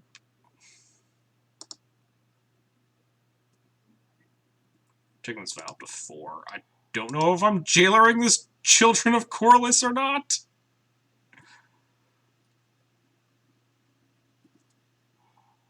Ooh, Krakus is a nice draw.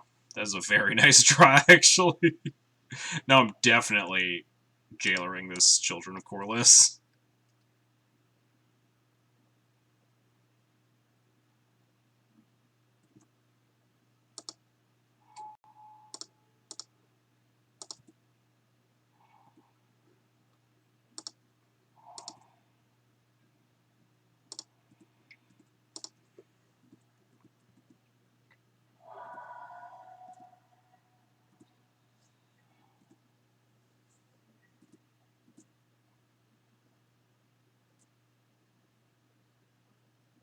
Hey, we did it! We won!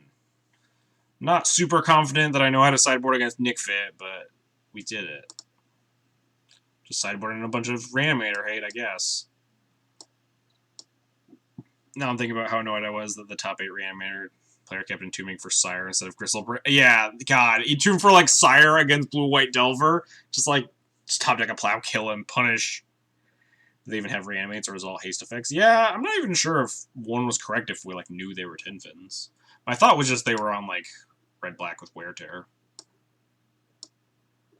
But yeah, I think 2 is the correct name if I know they're on Tin Fins.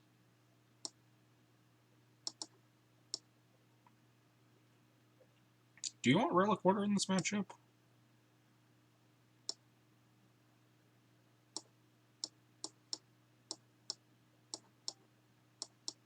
I don't... Do they have cards to hit? Scrubland usually screams Tin Fins to me, but that would require anyone on the planet playing Tin Fins. Is the main issue. Sorry to all 12 Tin Fin players in the world that may have been insulted by my insinuations there.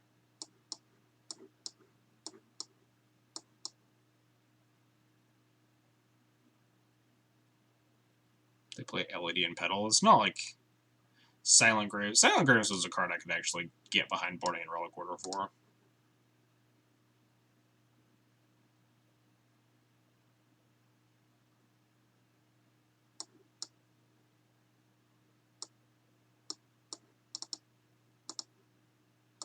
Cut the stupid factory.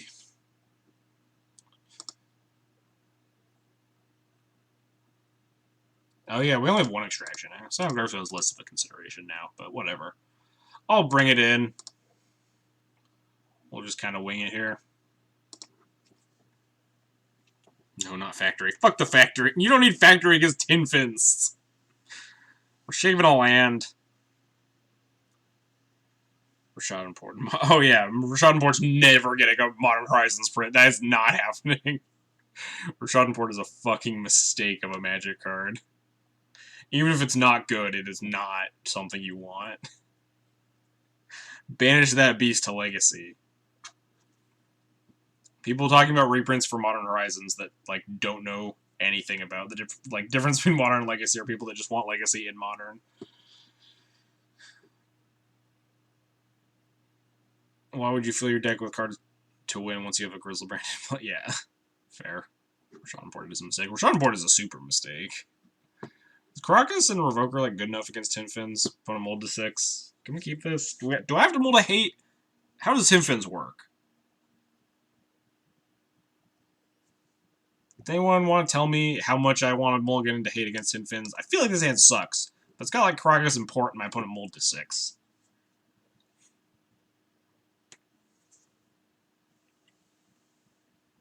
This is fine. Yeah, I feel like Caracas is okay against the deck trying to hit you with the Grizzlebrand, because it's got haste.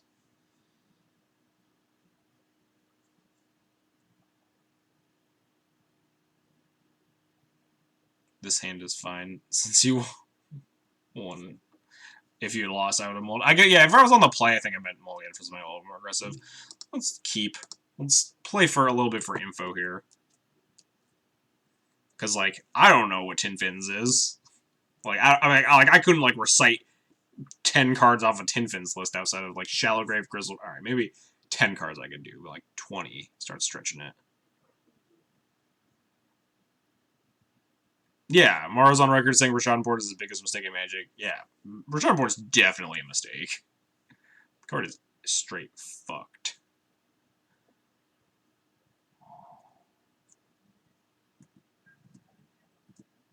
Hate playing against Reanimator for no reason other than I have to click. I can't ever put like surgical extraction shields down. Just have to pretend I'm holding it up all the time.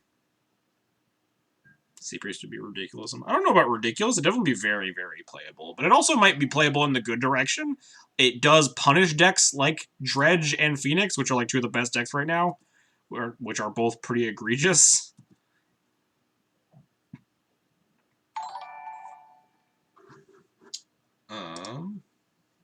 Lola1122, thanks for the follow. Appreciate it.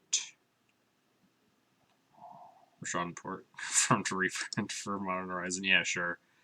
Keep dreaming. Wait, is this just red-black Reanimator with a Children of Corliss?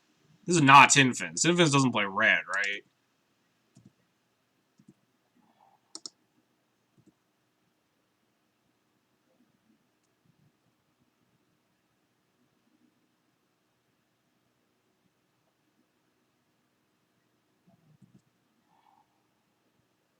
Ooh, Thalia's a good draw here. Might just jam Thalia over anything else.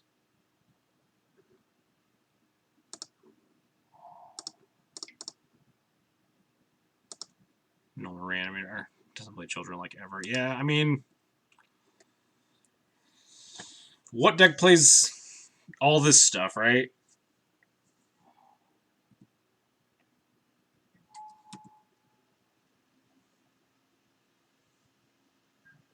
I'm definitely tempted to, like, cast Revoker. Just name Grizzlebrand. But my concern suddenly that there's a Badlands means that, like, revoking Grizzlebrand isn't the end game. Thoughtseize. Yeah. Oh yeah, shields down on surgical. I can F6. I'm free. But now we just get to, like, port them with Thalia in play. They probably take this Revoker, yeah.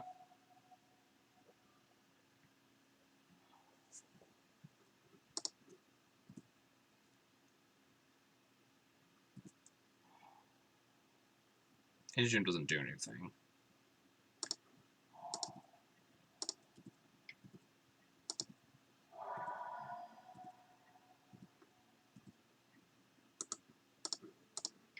Yeah, we played the Thalia, so I didn't have to hold up surgical. Or fake hold up surgical. And then they thought seized me, so they also knew that there was no surgical. Are they Tim Fins? What's happening? God, I'm so confused.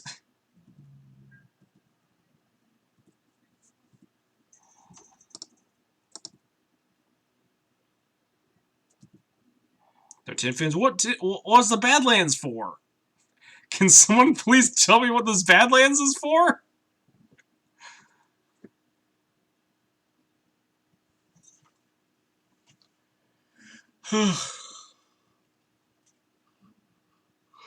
I'd wisp LED. That's what I was considering. Just like end step wisping the LED for a while. Probably not wisping. I could wisp a land maybe. I don't know what I should be concerned about.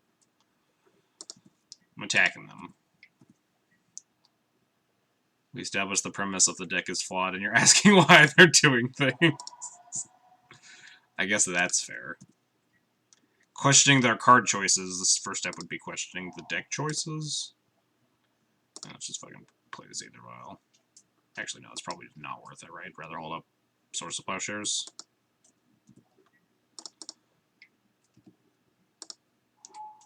Oh, flicker out this LED. I don't know. Maybe flickering out the swamp's better. Fuck if I know. I don't know jack shit about what's going on in this game.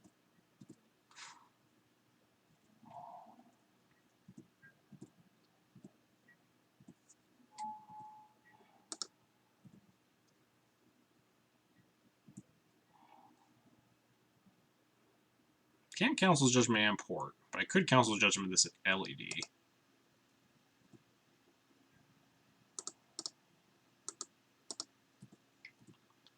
They are exactly dead, though. Right? They're at 8. So we can just wisp out the LED, 8 them. And just, like, still port them.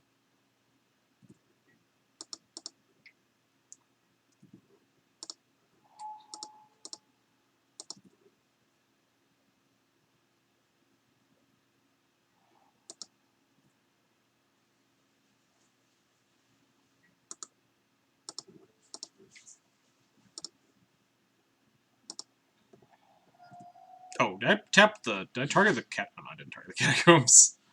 Thought I targeted the Catacombs there for a second. Thought about maybe actually porting using the Ancient Tomb so I could leave up Plow if I were to Caracas my Thalia this turn. Nothing that's happened, though. Alright. You got it, bud. You got a Grizzlebrand back. You're at 7 life. You... Yep, you have it. Congrats. You are the proud owner of a hasty Grizzlebrand. Congrats, you can have it back. Good way to go out. I have proof. Solid strats, opponent.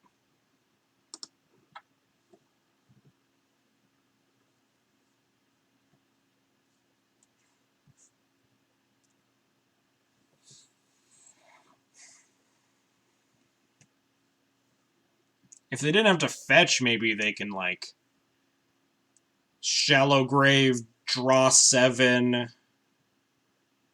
get it Caracas, land Massacre, fast mana. No, it's like way too many cards. They need to have like a really good 3-2 stream incoming. This is better than our last 3-2 stream, the one on Friday, which we were like 2-0 into 2-2 into 3-2. This one, at least we clawed back from 0-2 into the 2-2 bracket. We clawed back from getting just stomped at the start of this league into stomping people. So I guess it just kind of... Our luck balanced out. I'll never know what that Badlands was for, though. I'm sure there's like a weird Tin Fins variant with another complete, like, inanely convoluted name that is like specifically the Badlands one. Wait, yeah, isn't it one of them Burning Wish?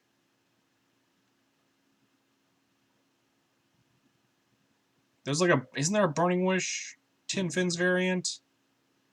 Ice Station Zebra's the Dark Depths one. No, Bizarro Stormy is the Magus of the... fuck Tin Fins names. I hate Tin Fins names. Tin Fins deck names are the worst. The epitome of bad legacy, of not letting players name the decks. Schultz Cube. Didn't he just, like, get, like, top 8 with lands?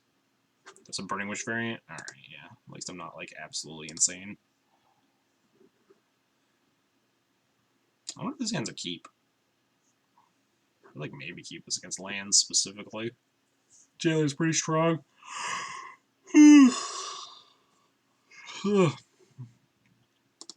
It's late. I have a turn 2 Thalia. Let's keep. You're the prodigy of shitty white cards. That is basically what my title is at this point. All the time, I agree.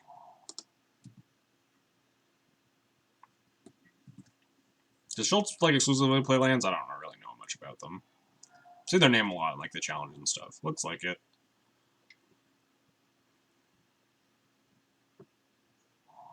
Tin Fin's deck names are better than Death and Taxes and Miracles. That's like objectively wrong and you know it, Moxel. Miracles is like a much more descriptive deck name than... I also think that Death and Tax Jesus, wow. Opponent just has like the absolute nut of loam hands. Wasn't paying attention to anything they were doing, but we're pretty fucked. Need to draw a Sanctum Prelate like last turn.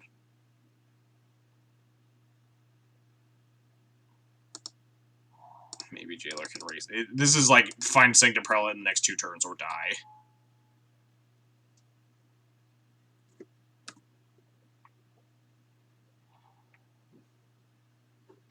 Mill the Dark Depths on the stage. Alright, off to a bad start. I'm pretty sure this is just turn 2 combo. Oh no, it's not turn 2, because we make them pay the extra mana. Oh no, they can play an extra land. I forgot about that one. Whoops.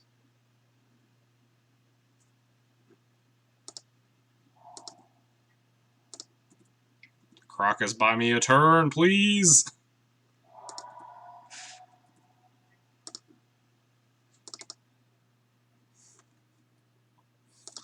Opponent just... Yeah, my hand really didn't matter.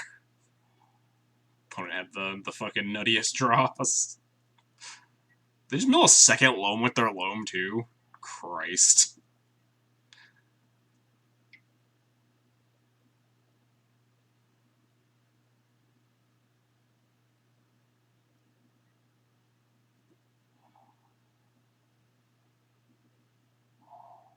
This was the nut.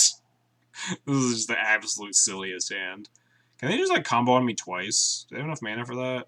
Not quite, right?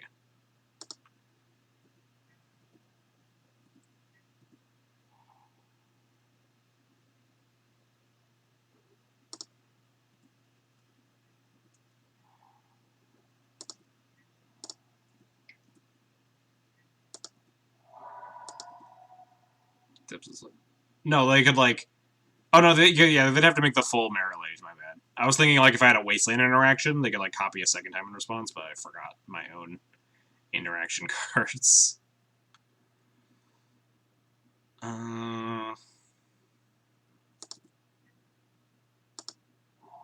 just say go. Keep getting ranched here.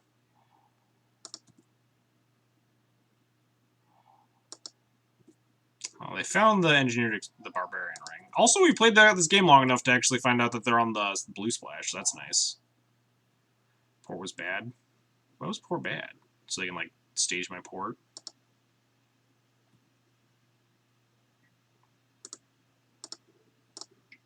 This game was over a while ago.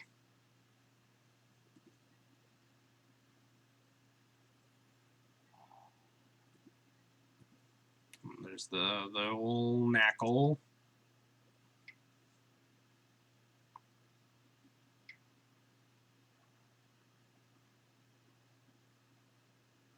Them copying it like takes a while. Copy it, and then untap, and pour my Crocus, and go off in the same turn into the plow. They're really just looking for a wasteland at this point. At least we just got to see a bunch of their deck on the way out.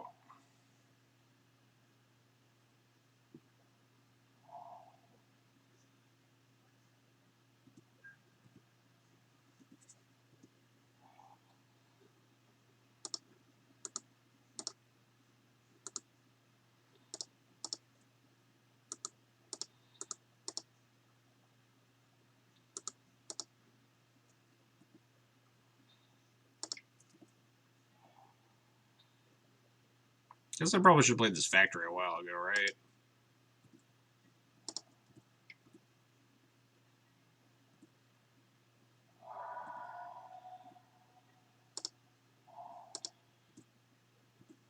Thought I could take a walk so we can jail her.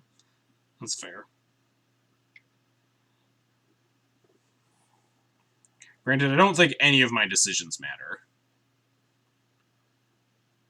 I could port the stage now, right? And technically save my Thalia. Put it back in. I just again, none of my choices actually matter is the main issue. So now they copy the port, right?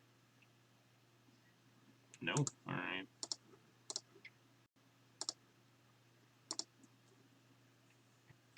Now they copy the port? Nope. Alright.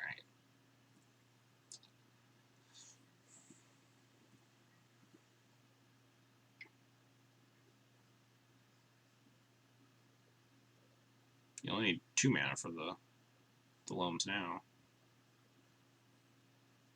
So maybe even down on clock. Yeah, because I have to click through stupid tabernacle triggers.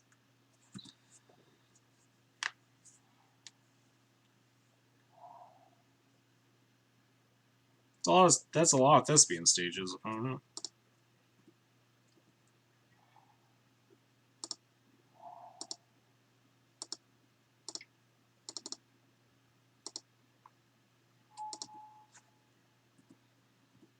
Some of them haven't found a wasteland yet. And they're not just, like, making it every turn.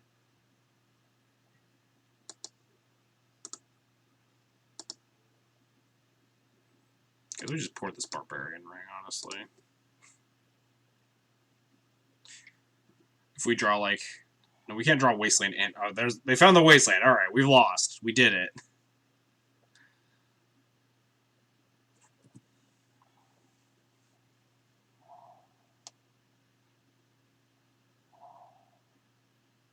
Why play the Glacial Castle? Oh, get the Sheltered Thicket in the yard. Clever. Wait, didn't they play the Sheltered Thicket? Did they get that? I don't know. You know, let's take up this. Just to buy myself even more time.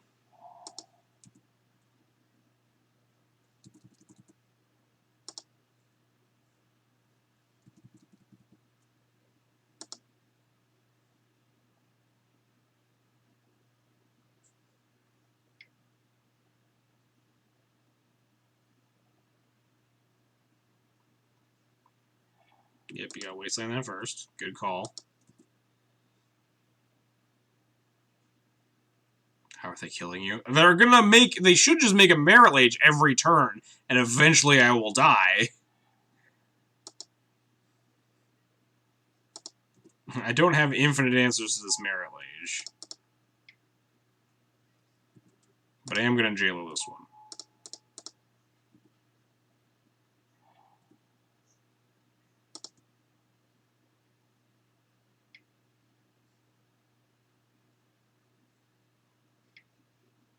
Sure, copy my Mishra's Factory.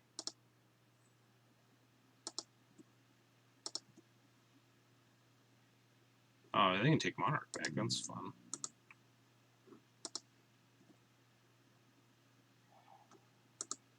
Yeah, I don't know why they played it. They just immediately sacked it. We're going to port that, though.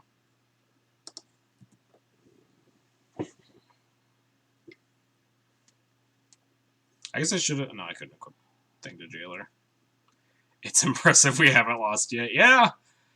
For being dead on turn 1, it's impressive that we've made it to turn 7. I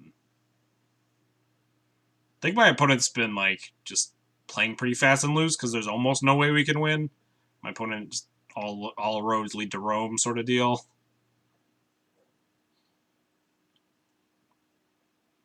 Just a matter of how long it takes them to get there.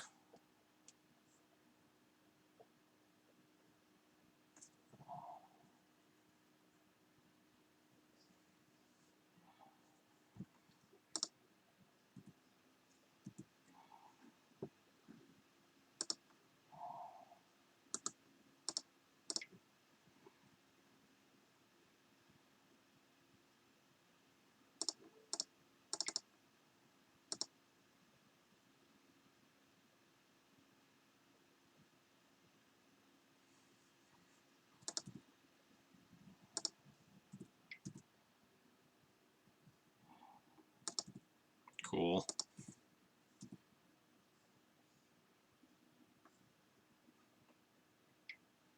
Oh, they're gonna make another factory. I see. Smart. Oh no, they're just gonna make a Dark Dips. Never mind. I think they could also make a factory.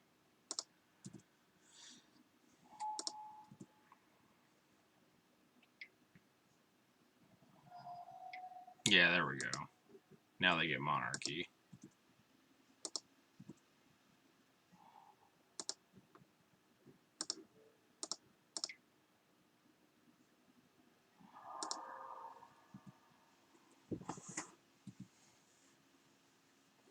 Our new plan is to deck them. It's not a good plan. Also, I do want to figure out if they're on like Ghost Quarters or Ports. We haven't seen any of either. Is that correct? We've been over halfway through their deck.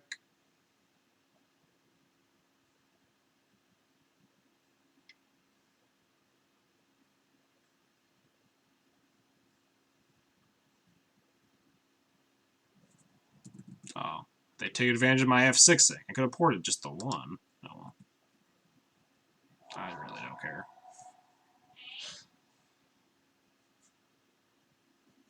You can have the Monarchy opponent. You've earned it. Hey, Ghost Quarter, we did it.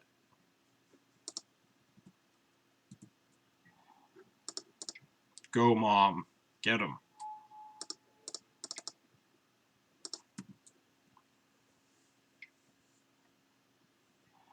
Wow, rude.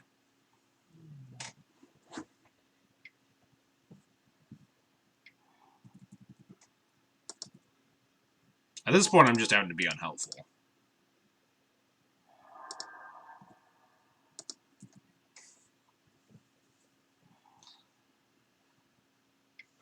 Is that 2 E's? Alright.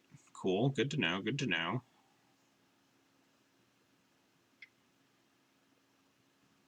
Haven't seen any blue mana or the,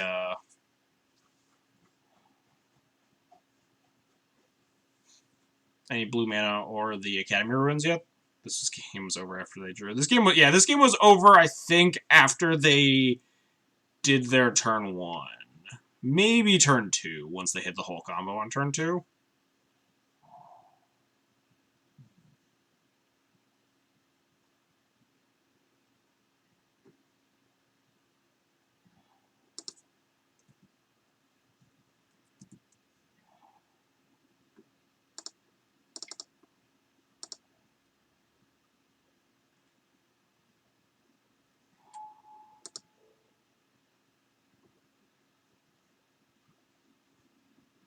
Wait, did they not even play a Dark Depths that turn?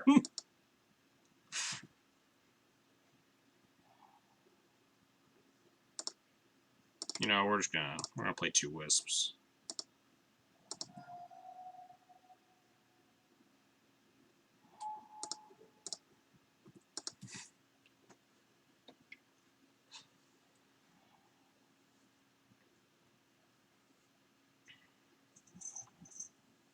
They got me. Got me with those Wastelands.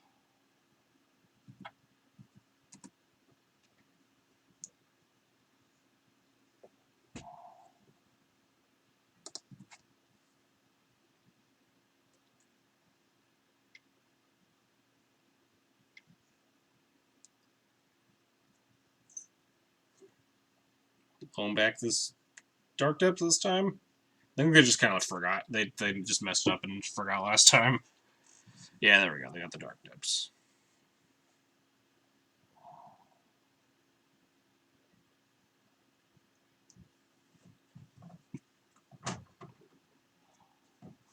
Oh, I forgot I got paid for these stupid things.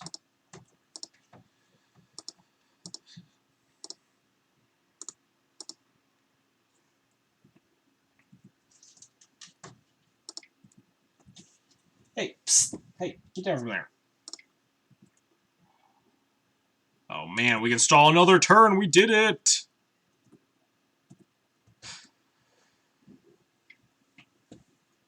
What a deal. You got it.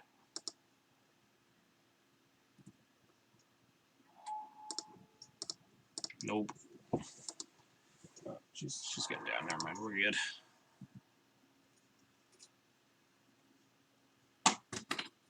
Alright. You stupid cat. Be right back. Get out of here. Get.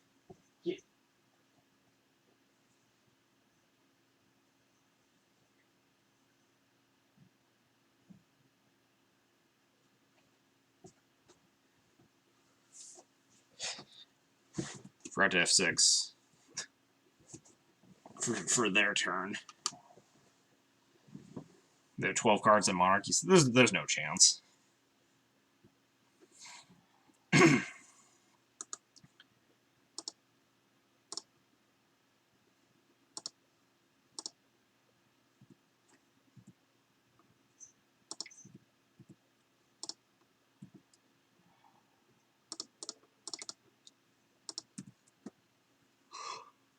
I think they kill me this turn, finally. Just buy back a Punishing Fire on my Wisp. Kill it. We did get to see, like, basically their whole deck, though, so that's pretty cool. Really made them work for it.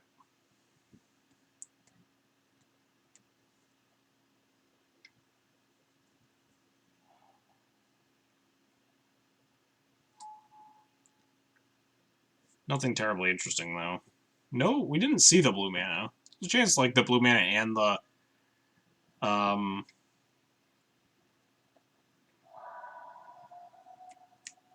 the Trop are in, like, either the sideboard or in the last 8-9 cards of their deck, but seems kind of unlikely. There's also a chance that they're not on the blue splash, they're just playing main deck EE. He just plays RG with EE, no U. That's what I was thinking. Neil, Surgical, Path, Rip, Relic Order. Wait, Cataclysm, get out of here.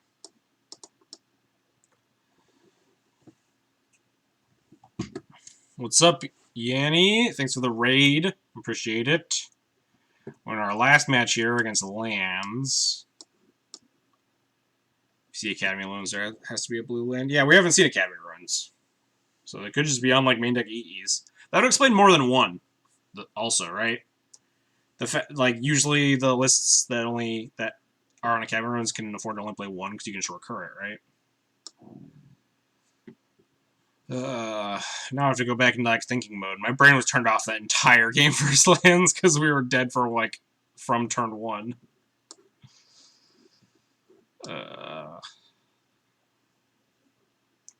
Gotta bring it back around.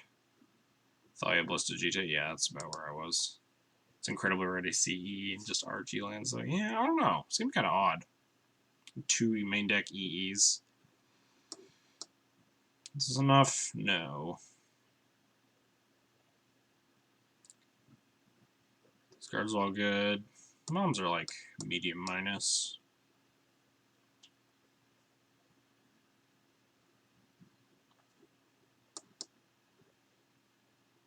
Let's go for that. You don't like I'm not a big fan of Cataclysm versus lands, honestly. Some people are. I'm definitely not one of them. Usually just cut Revoker. Revoker's strong against EE, though. Revoker plus Prelate helps lock up. Alright, yeah, this hand's just fucking gas. I meant for this hand. This hand is just the nut.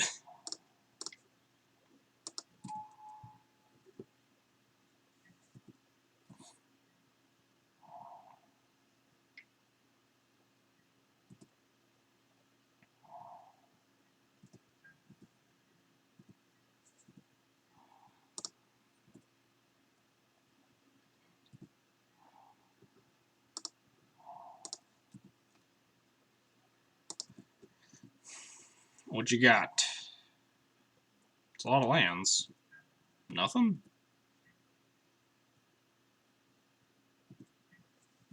Interesting. Well, I can't do anything.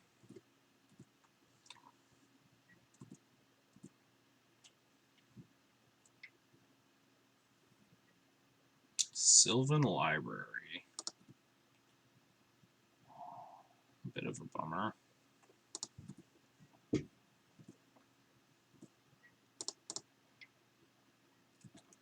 Go get him, Sarah Avenger.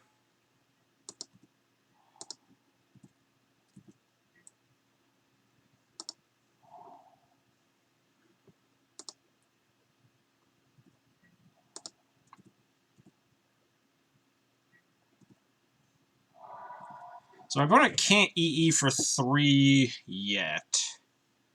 There's definitely a danger if they get like Sylvan to look for it.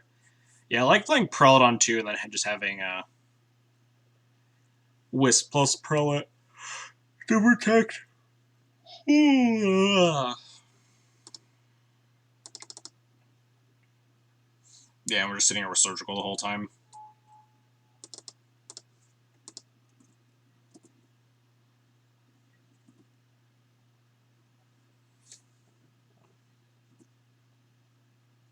They gotta take some knocks if they're digging with the library, and we definitely have like a sizable board. Yeah, our hand has been like, we had a really good hand. I guess it kind of makes up for my opponent's like nuts game 1 hand, right? We just have the Surgical and Sanctum Prelate. Bunch of other just like very good cards.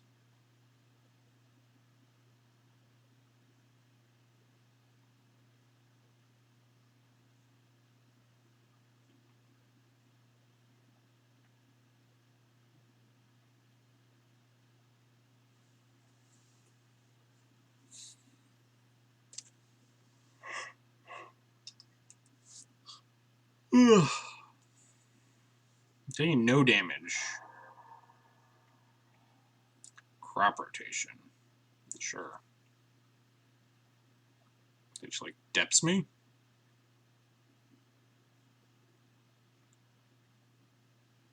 Could be finding Barbering, but they're pretty far away from activating it.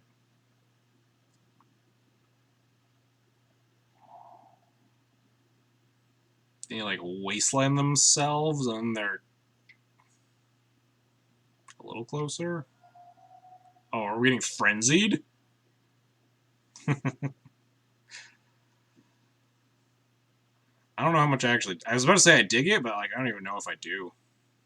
It's like okay, but sure.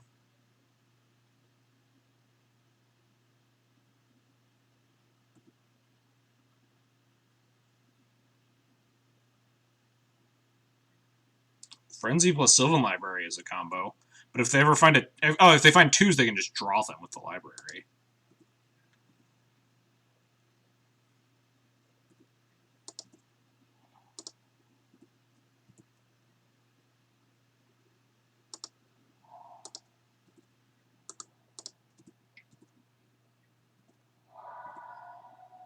Well, let's give them 1 turn to find something. We can equip Sword to Prelate and just house them. They might also be just dead if they can't find EE and 3rd color.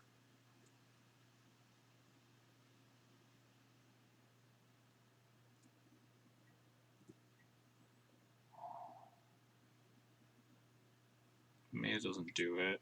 Double Wasteland almost gets them to Threshold.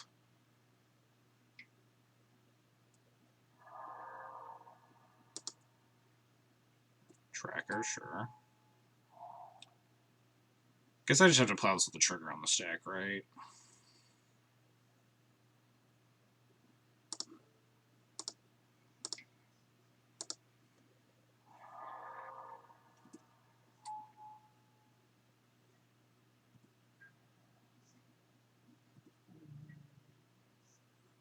I wonder if I'm supposed to Flicker Wisp this maze here.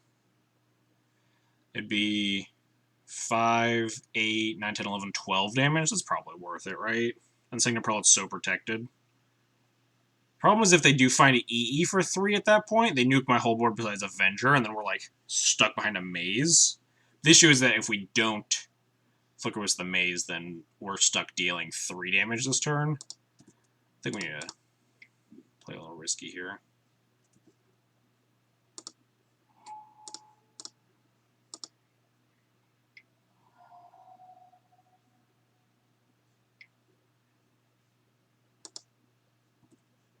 Sure. They got 2 mazes now.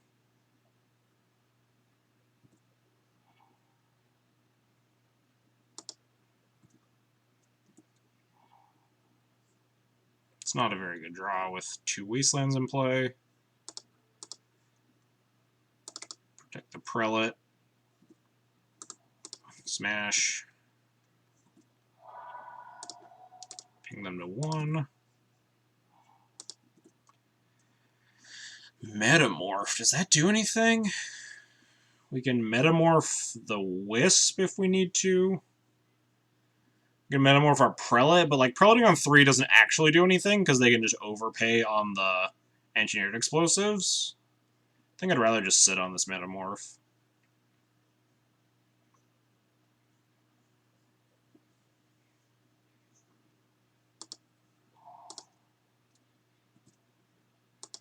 Gives me the possibility of like making another Wisp if I need to. If they get like a 3rd maze into play, they can prevent lethal. Yeah.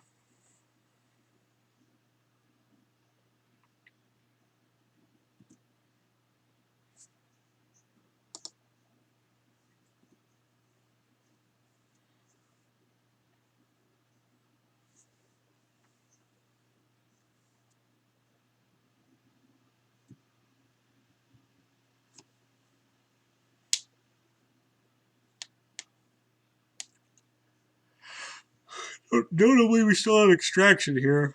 Ugh. I guess Frenzy is like you board it against the Graveyard Hate decks, right? You board it when you're expecting a bunch of stuff like Rest in Peace. It like gives you another engine. It seems like kind of weak without Exploration effects in play, though. You just hit so much air. It's like really good when you have Exploration effects. I guess with the level of ability for a deck like lands to control the top of its library, maybe it's okay. They're playing Sylvan, you know, you have Loam to dredge, change up your top cards. Surgical crop rotation. Don't know if I like that.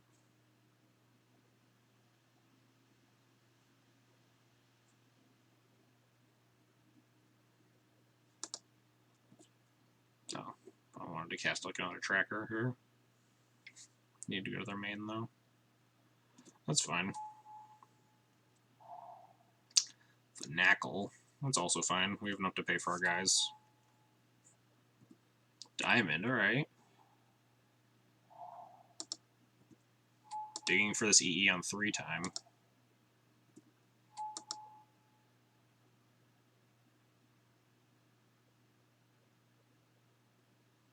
Wait, they don't even have 3 colors here, right?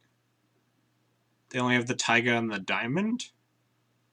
Because this Barbarian can't tap because they're at 1 life. They're not dead on board technically because they have 2 mazes for my flyers. But with this Metamorph hand, they're dead. Take Val up to 4. Metamorph a maze, just kill them. Might Surgical Crop Rotation and... No, they just can't. Yeah, exactly. They can't tap the ring. Surgical Rotation in case it's like their top card. Because like Rotation into Glacial Chasm could kill me. Not kill me, but... Do I care? I guess I can get information on the way out, too. Right? There's like no reason not to.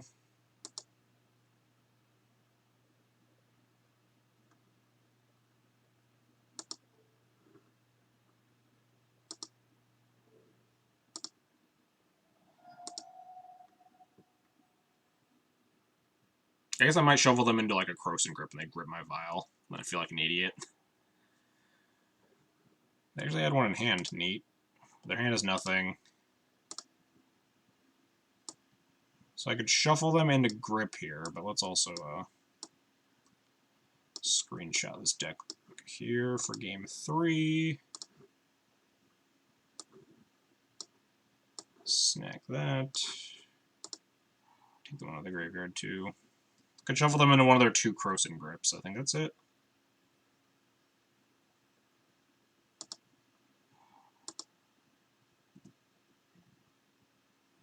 Ugh.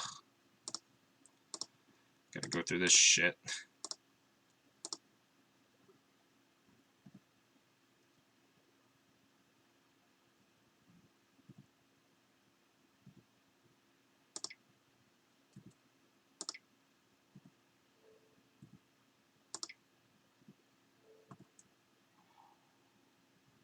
I should do Wasteland. Alright.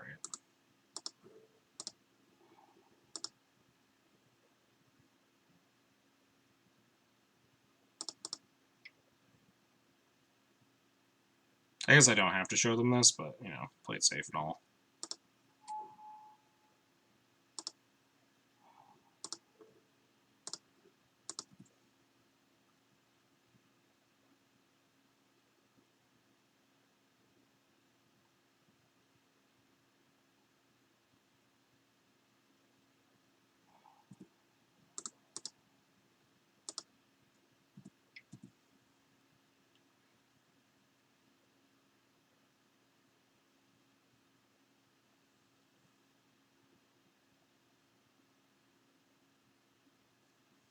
Are you dead? Cycle?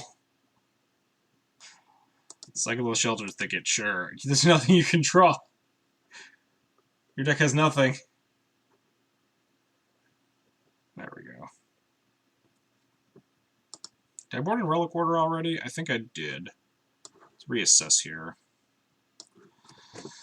So the deck is 2 Frenzies, 2 Trackers, 2 EEs. They boarded out a Loam. Neat.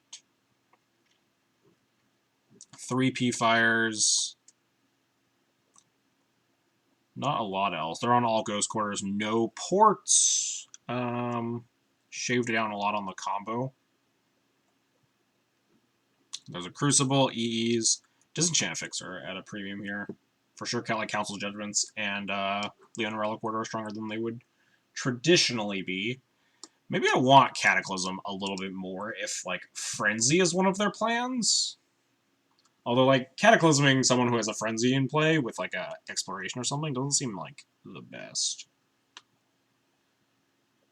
I just like Mom even less. Mom just is, like, almost unplayable. All it does is stop P-Fires or, like, protection past a tracker or something. Mom's pretty bad. I like Thalia a little bit more, honestly. Taxes, like, Frenzies and stuff. Also taxes my cards for however much of that's worth. Maybe something like Ballista's better. Ballista can, like, close out a game past Mazovitz or something if they're at a low life total. Let's bring back in Ballista, cut this last Mom.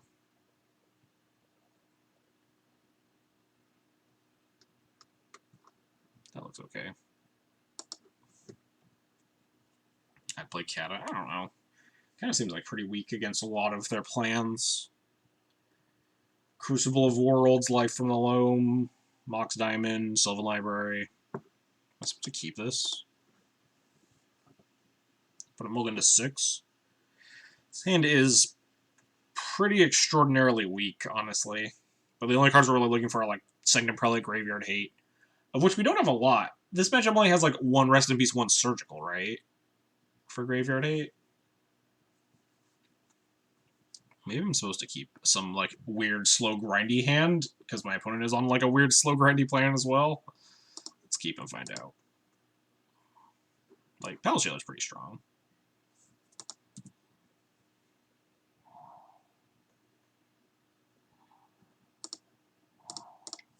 Stoneforge is a nice curve filler draw.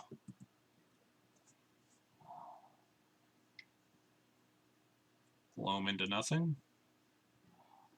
No loam into nothing.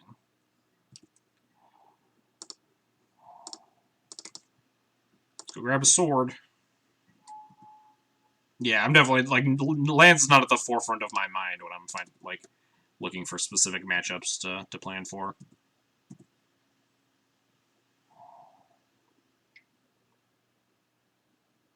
Now are we loaming? Oh, I'm just gonna blow my file. Sure, this file doesn't mean jack.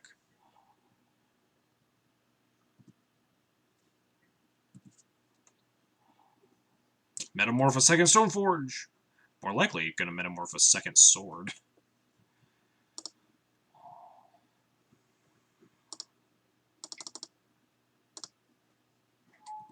Could leave a plow here for, like, a tracker. Maybe that's worth more than 1 damage. Looks like the answer is no. The odds we get P-fired here. Pretty high. I should probably just run out Karn instead.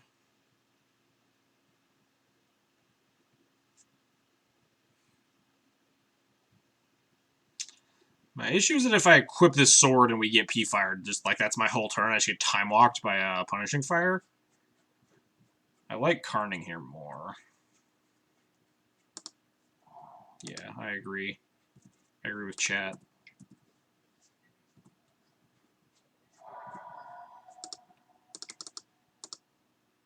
Do I start making Karn Strucks? No, I think I want to get my Karn, like, out of P-Fire range, right? And, like, dig for good cards. Stoneforge Port.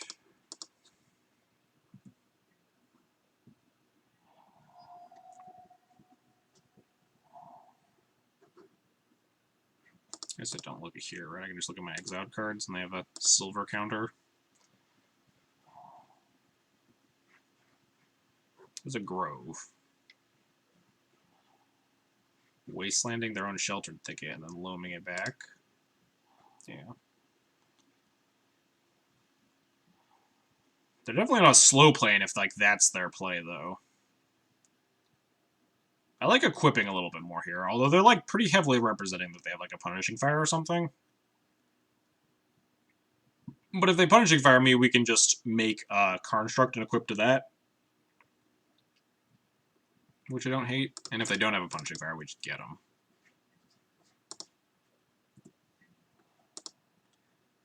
You only look at your revealed if you're low on time and want to consider plays while your opponent looks at the cards. Yeah, exactly.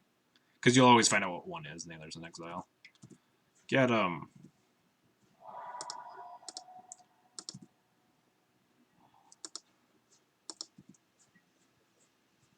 Let's just get aggressive while my opponent's sitting here dirtling.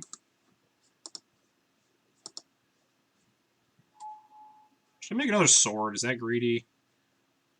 I guess I don't have to make another sword until next turn.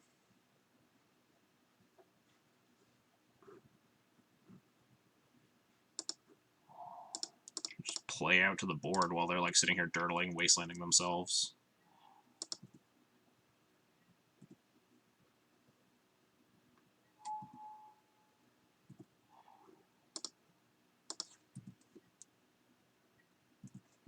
I'd make a second sword. I can't equip... Oh, it saves the contract of B-Fire because it just makes it a 3-3. That's fair.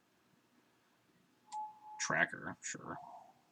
Maze. Oh, wait, we have this plow. Who cares?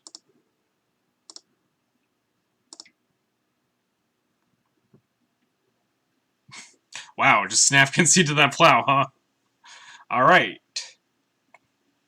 Alright, I could have jailered that. My plan was, because they had the maze, I wanted to connect with sword, so I was going to plow, play Metamorph on the sort of Fire and Ice, and equip it to another Stoneforge, and attack with Stoneforge Karn. And just, like, absolutely dumpster them.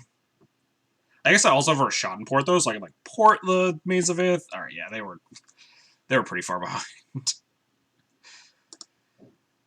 Lands matchup, still good. Feels pretty good, man. Anyway, Metamorph was neat. We never played against, like, Stoneblade, the decks that I wanted to play against. What did we even play against today?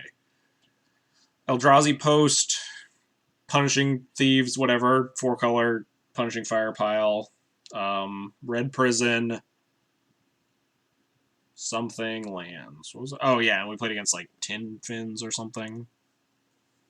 Some weird Grizzlebrand Children of Corliss deck with Mardu lands. But anyway, Metamorph was neat. I like didn't hate it as much as I thought I was going to.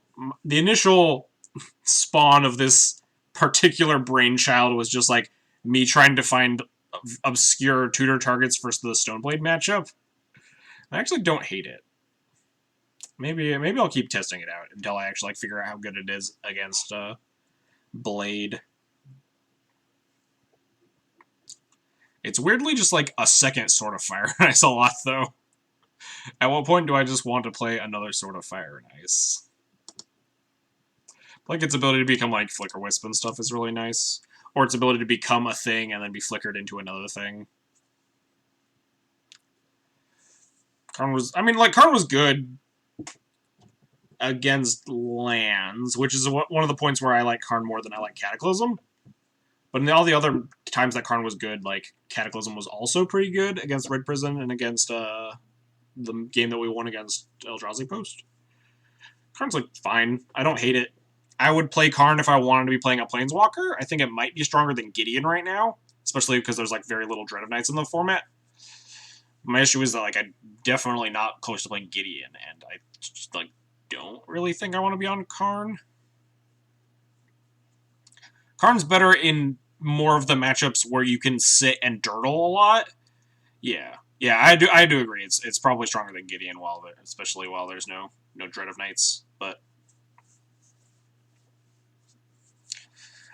the main matchups that I want my slow grindy cards for is like Grixis Control, however little you play of that anymore, and Miracles. And I do hate Karn a lot in like the Miracles matchup, especially. It's just like very, very slow, and you can't afford to have like draw the worst of 2 cards every turn against Miracles, really, where you could be having stuff like Cataclysm. But yeah, Karn's fine. If you want to be playing a Planeswalker, play Karn. Easier on the mana base too, especially in this fucking Mishra's. Cut this Mishra's Factory. Please, for the love of God, just don't play this Mishra's Factory. I'm cutting it. It never did anything. It attacked once and got wastelanded. Oh, that was the landscape that we were just super dead in. Oh, it pumped a Karnstruct one time. Cut your fucking Mishra's Factories, people. Just play more white sources. Don't get punished for having a bad monocolor mana base. If I were... I am definitely interested in the Metamorph, though. I'm glad my brainchild has spawned into something that, like, actually might be some iota of playable. I also don't own a promo for Exia Metamorph. Maybe I'll look into it. But, anyway. Thanks again to Lomer Boy for the donation special Legacy Death and Taxes list today. Tomorrow we're also doing a donation deck list. Hondo has donated for Blue-White Stoneblade, so tomorrow we're going to become the enemy, the one that we're trying to beat, so maybe we'll get some information there on, like, what the good cards are against the matchup. But I like a list like this. I think I'm going to be trying something kind of similar. Going to probably be going a little bit more in on Avenger and Revoker, kind of going back to a 2017-ish list. And the sideboard is probably like Grafdigger's Cage is a surgical, Karn's a cataclysm, Jailer is something, Needle is something else. But I'd play like 10 of this 15. Flagstones? Nah, fuck off Flagstones. Did I hear 27? Alright, I'm leaving. I'm getting out of here before you guys want to talk to me about all your bad ideas. Let's find someone to host. What's wrong with Cage? Cage is fine. I just, like, not in on it over, like, a second surgical right now. I also think, like, the Phoenix fad has died down more or less. I think it's become, like, kind of it's definitely a reasonable addition to the Legacy format and definitely a contender. But do you like Dismember on the sideboard? I think Dismember is a lot worse than Path, honestly. I don't really understand why people play Dismember over Path to Exile. When, like, especially when Grixis Delver is one of the best decks in the format, and you do not want to Dismember against that deck, and you really want Path to Exile. I think if I were playing, like, a lot of the Mirror and, like, Elves, it's, like, the only world in which I actually want Dismembers.